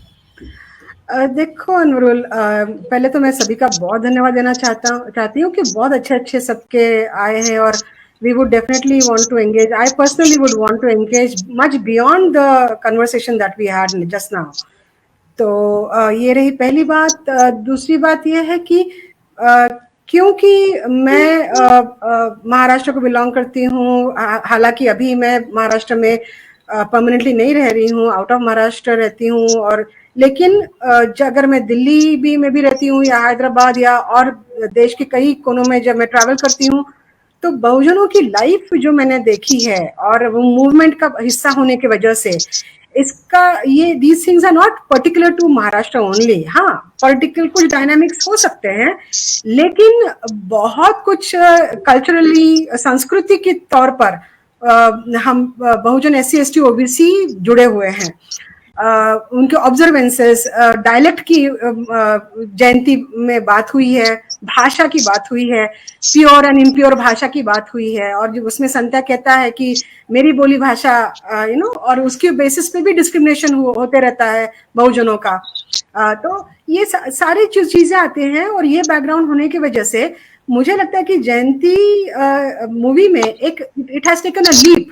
मतलब जो चीजें हम लोग ऑर्गेनाइजेशंस में या विचारधाराओं में या एकेडमिक जगह में बंद रहती है, उसको एक पॉपुलर मीडिया के जरिए उसको एक उत्स्फूर्त मिला है, एक बहुत बड़ा आउटलेट मिला है।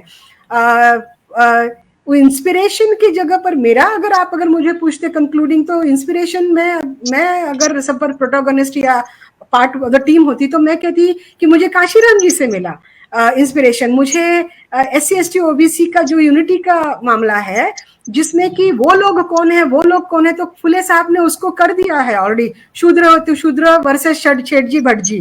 तो ये जो मामला है, ये इंस्पिरेशन मुझे वहां से मिलती है, और मैं चाहूंगी कि जयंती में वो उसका बखूबी प्रतिरूप आया हुआ है।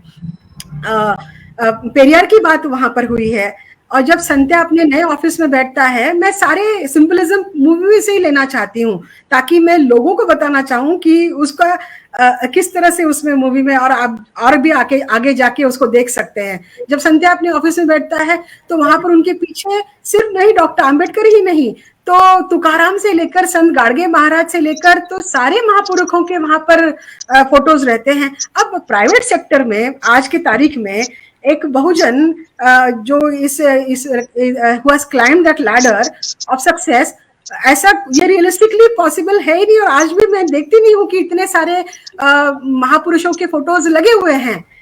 मैंने it's very rare, very very rare, लेकिन वो उसका चित्रण किया गया है, तो वो एक दिशा दिखाई गई है लोगों के लिए कि ये आपके मॉडल्स है, ये आपके रोल मॉडल्स है समाज को, SC ST OBC समाज को।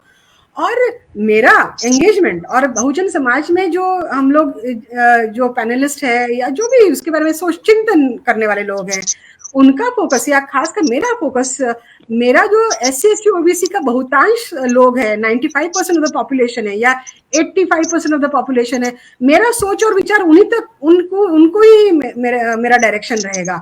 मैं वो 2-3% या 7% लोगों की तरफ ज्यादा सोचूंगी नहीं।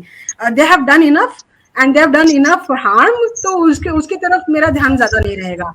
ये इन चीजों को कौन सी चीज मिला सकती है, इन लोगों को कौन सी चीज बचा सकती है, इनके बीच में कॉन्ट्रडिक्शंस कैसे दूर कर सकते हैं, इनके बीच में एक दूसरे के बारे में दुर्भाव कैसे दूर किया जा सकता है, वो इतिहास के जरिए निर्माण किया गया हो या मीडिया के जरिए निर्माण किया गया हो या पूरे इमेजिंग्स को, दबंग में वो पुलिस ऑफिसर को ग्लोरीफाई कर दिया गया है, हीरो को, सलमान को ग्लोरीफाई किया गया है, और हमारे बहुजन लोगों को जो वहां का एंटी हीरो होता है, विलन होता है, उसको बहुजन के नाम दिए जाते थे। तो ये सारा हुआ है, पॉपुलर मीडिया में हुआ है। तो इन चीजों को चीरते हुए, इन चीजों के बीच से तैरते हुए, ये पूरी शेवाड़ जिसको कहते हैं, वीड्स को बाजू करते हुए आगे कैसे चला जाए, ये मेरा फोकस रहे एट ए इंडिविजुअल लेवल। और सामाजिक लेवल तो मुझे तो मैं आप कहेंगे, क्योंकि मैं बामसेफ की कार्य अधिकारी रही हूँ और अलग अलग लेवल पे उसको किया है, कार्यभार संभाला है, तो मुझे तो लगा कि बामसेफ का केडर कैंप को अगर हमने मूवी में तब्दील किया होता तो इस तरह का कुछ होता था, ऐसे मुझे लगा और लगता है।